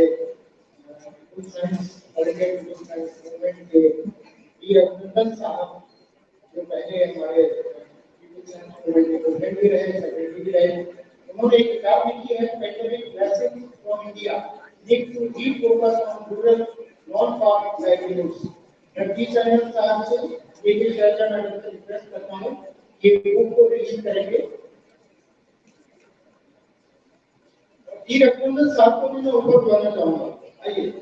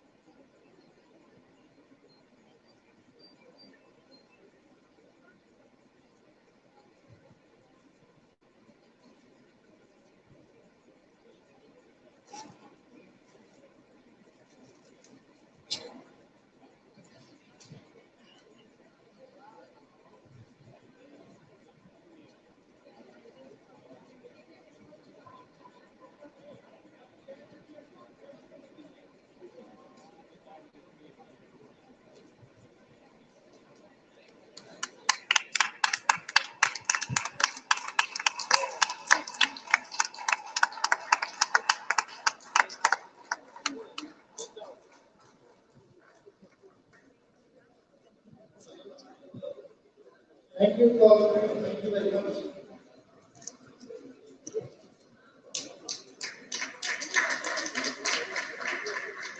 This is called Pandemic Lessons from India. Need to to refocus on rural, non-farm livelihoods. The author is Raghunath. Thank you. हमारे बीच में अनुपमा रावत जी हैं जो पढ़ाती हैं और जो जब हमने प्रोग्राम का एक उद्घाटन किया था तो उस समय हमने कॉन्स्टिट्यूशन के प्रियम्बल को जो यहाँ सुनाया था उस प्रियम्बल को जो आवाज दी है वो अनुपमा रावत जी ने दी है। और अनुपमा जी आप एक बार यहाँ आएंगे, आपको सब देखना चाहेंगे और आपका वर्गीय रूरल साइंस नेटवर्क बहुत बहुत शुक्रगुजार है कि आपने आवाज दी है और आप आंदोलन के साथ में हैं। ये अनुपमा जी है। Thank you.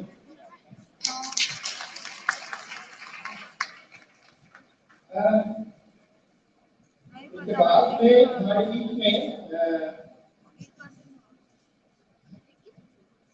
यहाँ सेक्सुअल कॉलेज के चेयरमैन डॉक्टर जी, मैं मिशन रोल करता हूँ 2 मिनट आकर के हमें संबोधित करें।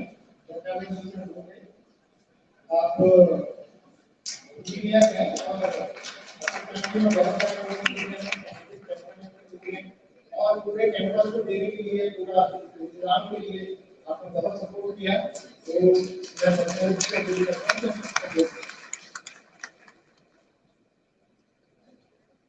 Namaste, thank you, Bharatiya Jnana Vigyan Samiti और All India Rural Science Network के लिए opportunity इतने समाज से लोगों को अपने कैंपस में बुला सके उसके लिए बहुत बहुत धन्यवाद और आप लोगों की सुविधा हुई दोस्तों उसके लिए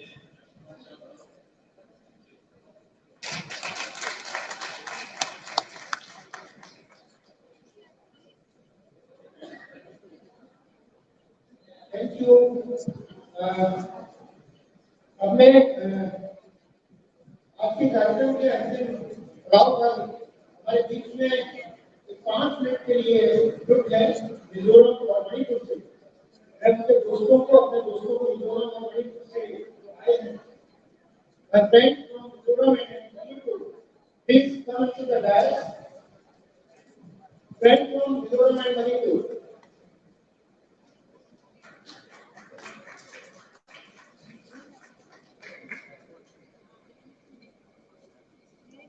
एक प्रेजेंटेशन देंगे।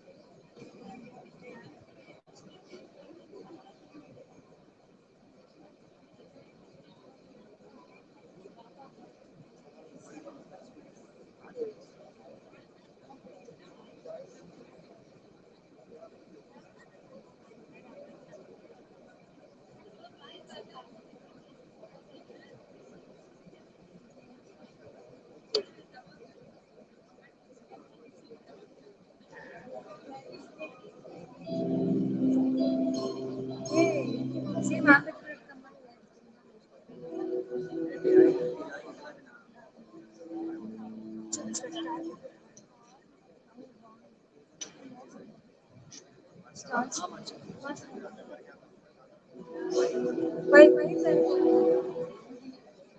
Zoom leads.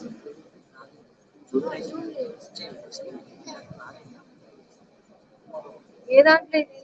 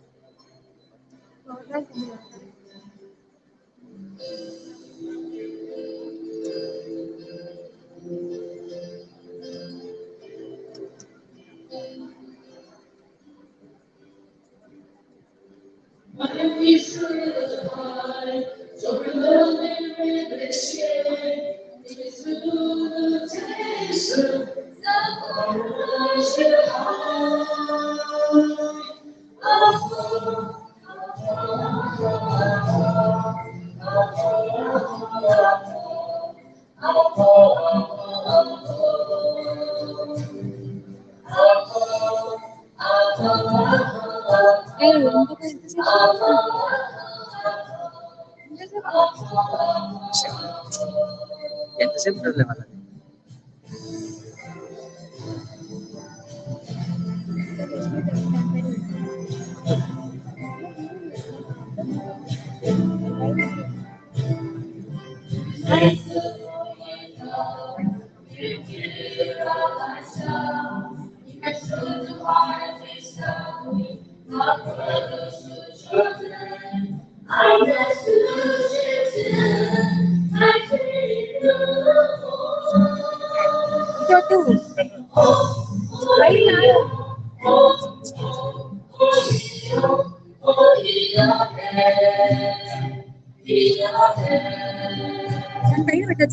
కుదిరి సరిపోతుంది, కరెక్ట్ ఉంది. నేను ఆడే పెట్టాను. మనిషి ఇందాక అడ్డం నిలబడింది.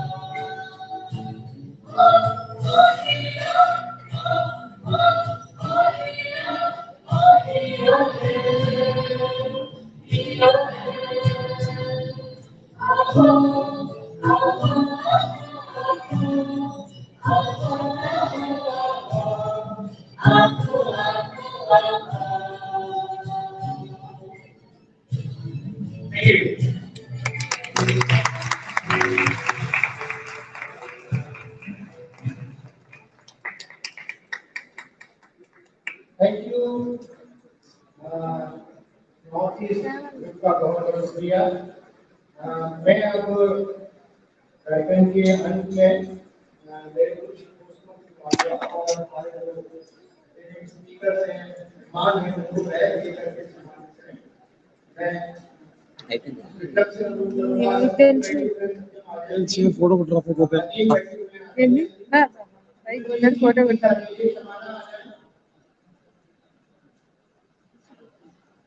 इसमें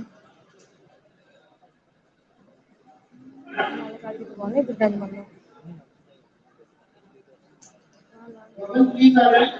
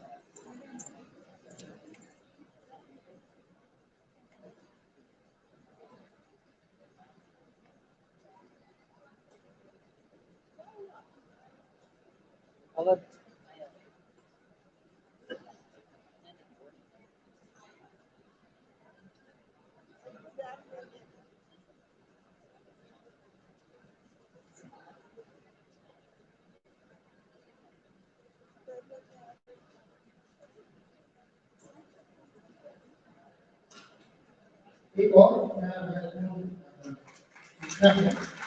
बिल्कुल मैंने एग्रीकल्चर में सोमा माता की एग्रीकल्चर पर बुक है जो 104 भाषाओं में छपकर आई है, हिंदी, इंग्लिश, तेलुगु। मैं अपनी साइट के साथ करूंगा, सोमा माता की बुक रिलीज है।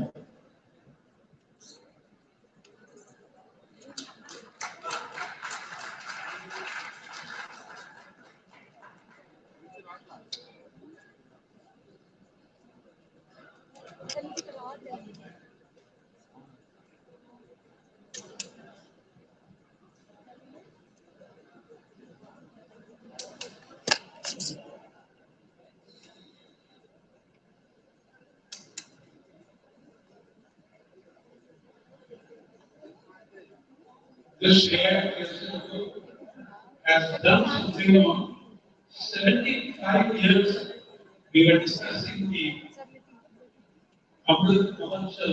They have done something on 75 years of independence and agriculture and have done it in 4 languages. Please give them a hand.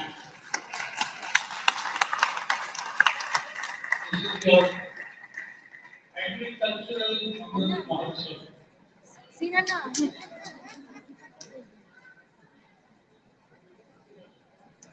हमारे नेशनल हेल्थ मीडिया राजनीतिक साहब ने कहा कौन से टाइम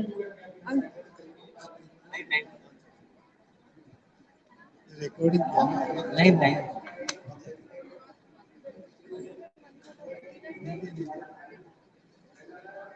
ఏమైంది వచ్చిందా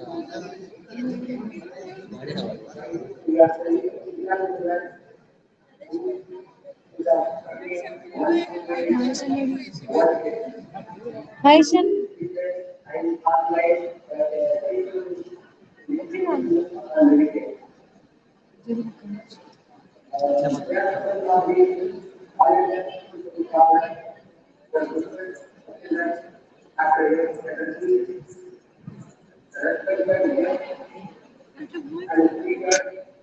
काम करने लगे आड़